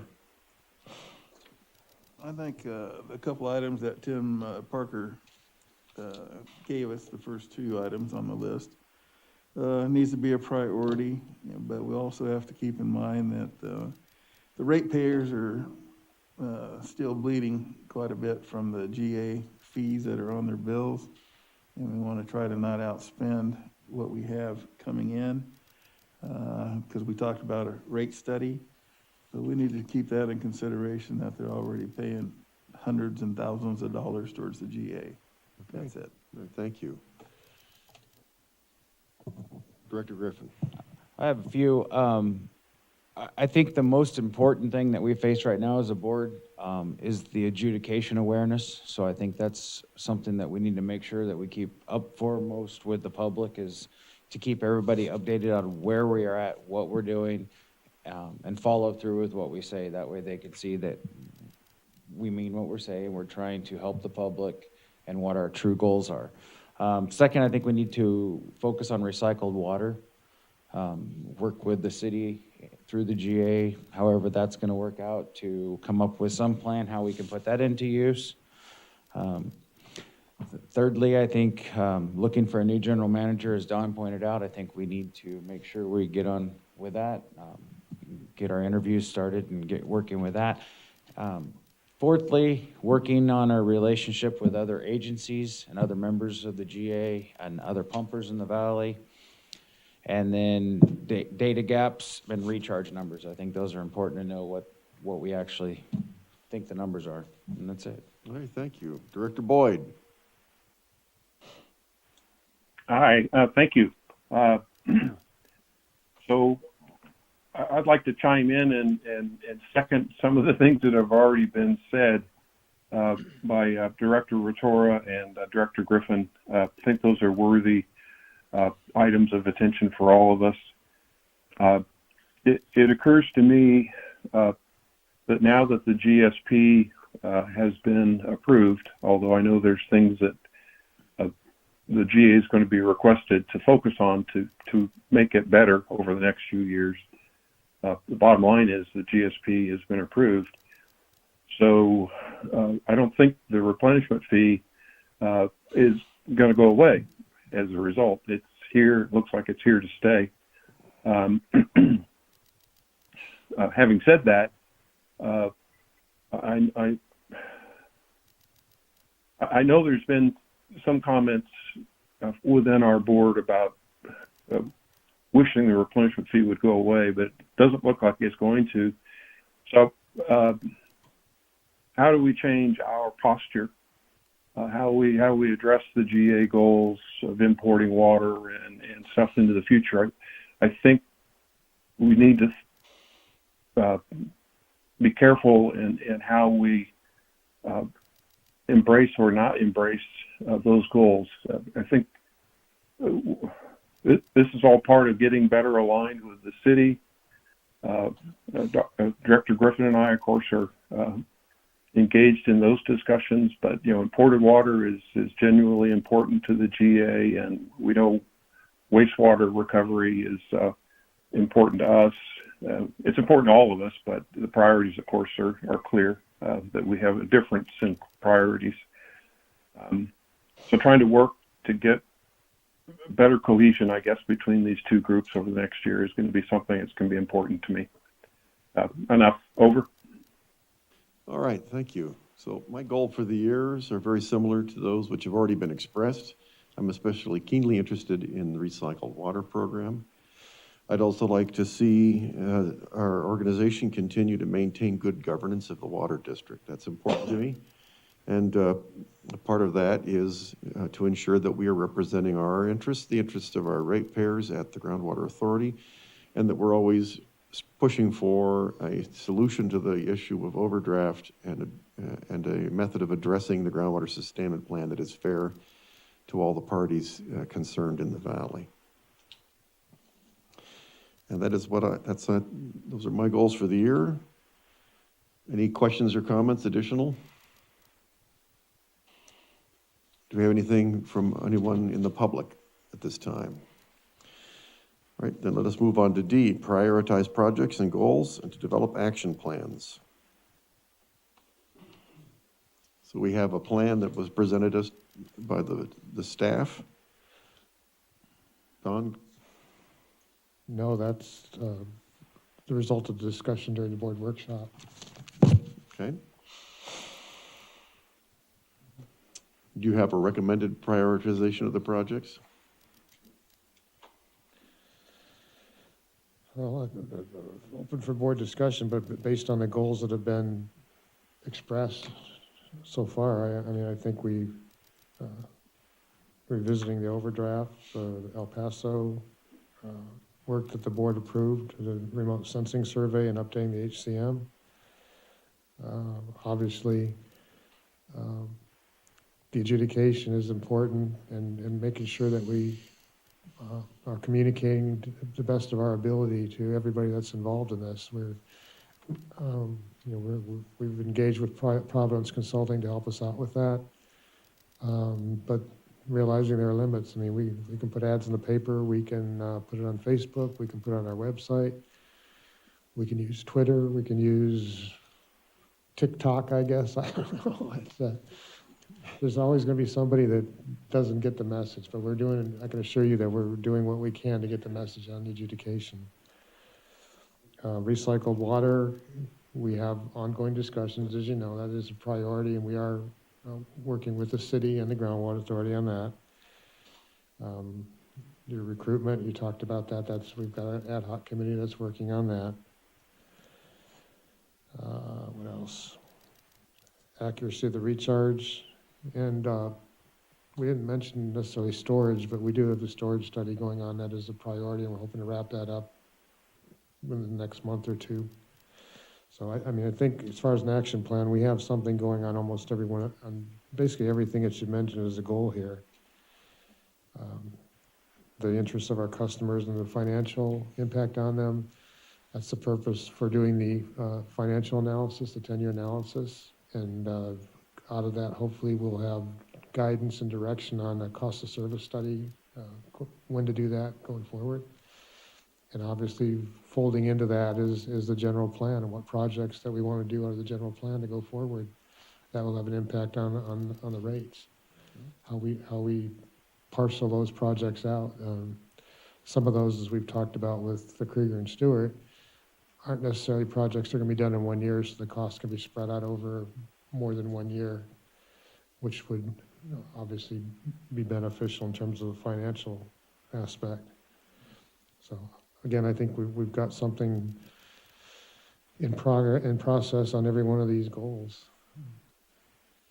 And but we understand in terms of Sigma and the Groundwater Authority that staff is well aware that recycled water is the #1 priority for this board, and we're taking the steps that we can to try and move that project forward and get some resolution to it.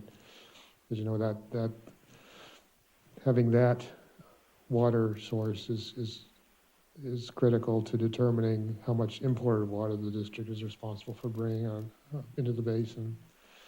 So if we can get the full 2,000 acre feet and put it to good use, that's 2,000 acre feet less of water that we have to import, which means we don't pay replenishment fee on that 2,000 acre feet, which would have a significant impact on what our ratepayers are paying. Okay, any board comments, questions? Additional staff comments? Do we have anybody in public who'd wish to comment? So hearing none, I will say we move on to item E, review any outstanding issues. So I'm going to put it out to the board. Are there any outstanding issues that anyone would like to address at this time? Okay. Don, anything? Nothing. Okay. Staff? Nope. Public?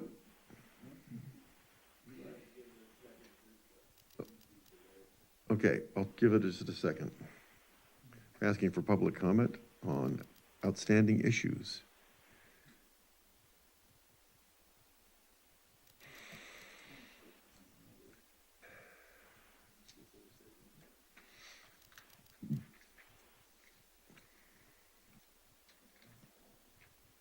Okay, nothing. All right, then I'm going to move on to board, item 9, board comments and future agenda items. Director Cordell. I think we pretty well covered that already, as far as I'm concerned. Okay. Director Boyd. Yeah, along with Director Cordell, I think I've said most of what I wanted to say today. One thing did pop up on my notes here. I forgot to ask Don.